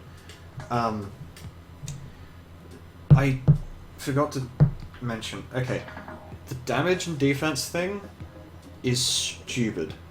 If you're in that sort of damage defense sort of thing where you're trying to get enough damage that you counter defense, or you're trying to get enough defense that you make this weapon 4-shot or whatever, please, for the love of fuck, stop doing that. For your own good. It doesn't actually work. The number of times where defense saves you from dying, where something like swim speed or run speed or ink recovery or whatever wouldn't, are like... They practically don't exist, unless the other person just can't hit shots, in which case, sure. The point of defense up is to counter blasters. If you stack a lot of defense up, you can avoid getting 2-shot by blasters. And rollers, because the edge of the flick will do like 100 damage exactly, and then that takes your damage taken down to like 90 or something, and that's strong. You lose your 3-shot kill, but it's already firing a shot every 4 frames. And I honestly don't think that Hydra is supposed to be getting max charge. It's not that damage and defense shouldn't exist, it's that people think they're stronger than they are, and it annoys the fuck out of me. Tenatech kills in 4 shots pretty much anyway. Like, you aren't gonna make it kill in... it just annoys me how much people stack damage up and defense up thinking that it's actually helping. Why would you go for fucking defense up with like a 52 gal? Like, what is that going to do for you? You're probably going to trade anyway. Like, that's what... you have a wall as well. Like, you should be using your wall so that you don't trade. That's the point. You don't need defense up when you're standing behind a fucking wall. You instead run, like, I don't know, swim speed or some shit so that you can get in and out faster. Like, that's the point. The only weapon... The only reason to run damage up on, like, a 52 gal or 96 gal is because when their damage fall-off goes below 50 or whatever, like, at the end of their range, they stop 2-shotting or whatever. And making them still 2-shot at that range against things that don't run defense up is very powerful. But you don't stack it so that you deal with people with defense up, you just fire an extra fucking shot. Seriously. Damage with Octobrush, yes, that is a good point. Like, damage with rollers, damage with anything that has, like, fall-off. Or where the fall-off is a big deal. So rollers, 96 gal, 52 gal, even, like, Custom Jet Scorcher making it into a 3-shot kill. Like, that's the other thing, is making it into a 3-shot. The Berry Pro, it's so strong because it has really strong fall-off damage. Like, these are the weapons you run damage up on. And you run defense to counter things like custom range blasters getting you 2-shot kills, and dynamos killing you at, like, across the map sort of thing. Haunt is very strong, yes. I think people are sort of underestimating how powerful it is. I think Haunt on the Berry Pro is very strong, because it gives you most of what you're actually wanting, while because the Berry Pro doesn't really care that much, the CRB doesn't really care that much if it gets tagged. Jet Scorcher kind of does because it's a bit of a more of a flanking. I don't know. Slosher definitely doesn't give a shit.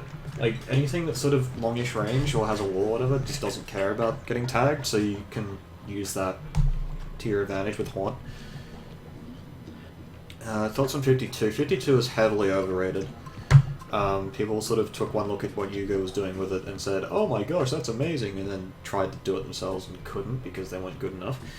10 attack is very powerful because it's A, reliable, B, has an amazing kit, that this is a weapon that is really strong on the defense because the weapon kills so quickly, but it's also amazing the offense because Suction Bombs paint so much and Inkzuka is a thing. So use it like that. Like this is again why the Wasabi's stupid, is because this, like, people don't get why the 10 attack is good. And they don't use it properly. It annoys the fuck out of me. If you don't have a Zinc Mini user on your team, get one, because Zinc Mini, Heavy Splatling, and Hydra, Custom Hydra, are all very, very strong, and you should be using them. Dynamo is another thing that you should have on your team. Custom Range Blaster is another thing. Custom Range Blaster, I will say, is not something you want on every map. It might be, as far as I'm concerned, the best weapon in the game, but it still has problems in like painting and whatnot. Like, this isn't a Zones kit, for example. You can run it on Zones by all means, but I don't think it's the best weapon on Zones. I think something like a Slosher, like one of the two Sloshers, would probably be better. Yeah. This isn't edited gear, no. Not at all. This was an order. This was an order. This was luck. This was luck. This was luck. Yeah. No, all my decent rolls are just pure luck. Oh, I actually did reroll this. Nice. I forgot that I did that. Yeah. Anyway, that's all from me for tonight. I do need to go to bed, so I can actually do shit tomorrow morning. Thanks for watching, everyone. I'm gonna see if there's someone to host, just because. Custom range dynamos, yeah, it's fucking ridiculous. Suctions are better than Splat Bombs in Zones, though. That's my problem with it. Like, nothing about using Wasabi in Zones makes any sense. Just because it has Ink Strike doesn't mean you fucking... Like, it's a worse Ink Strike use than the Pro as well, because it actually has to be in the fight to be effective. Whereas the Pro can sort of be hovering on the edge of it and use Ink Strike. But, like, just use the fucking Splattershot Pro if you're going to use the fucking Wasabi. Let's see, is there anyone on? No, that's not Twitch, that's Reddit.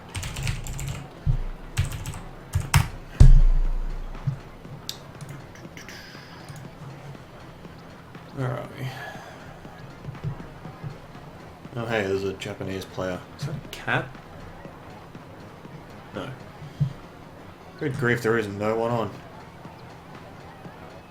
Well, I don't know if there's anyone even worth hosting. There's like...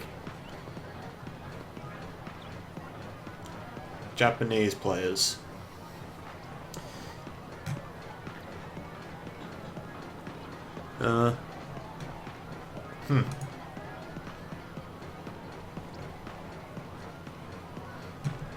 Oh, your question got skipped?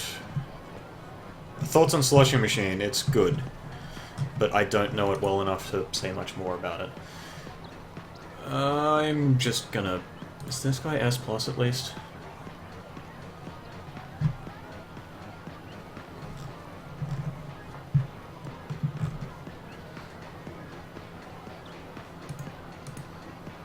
Golly. I don't think he's S+.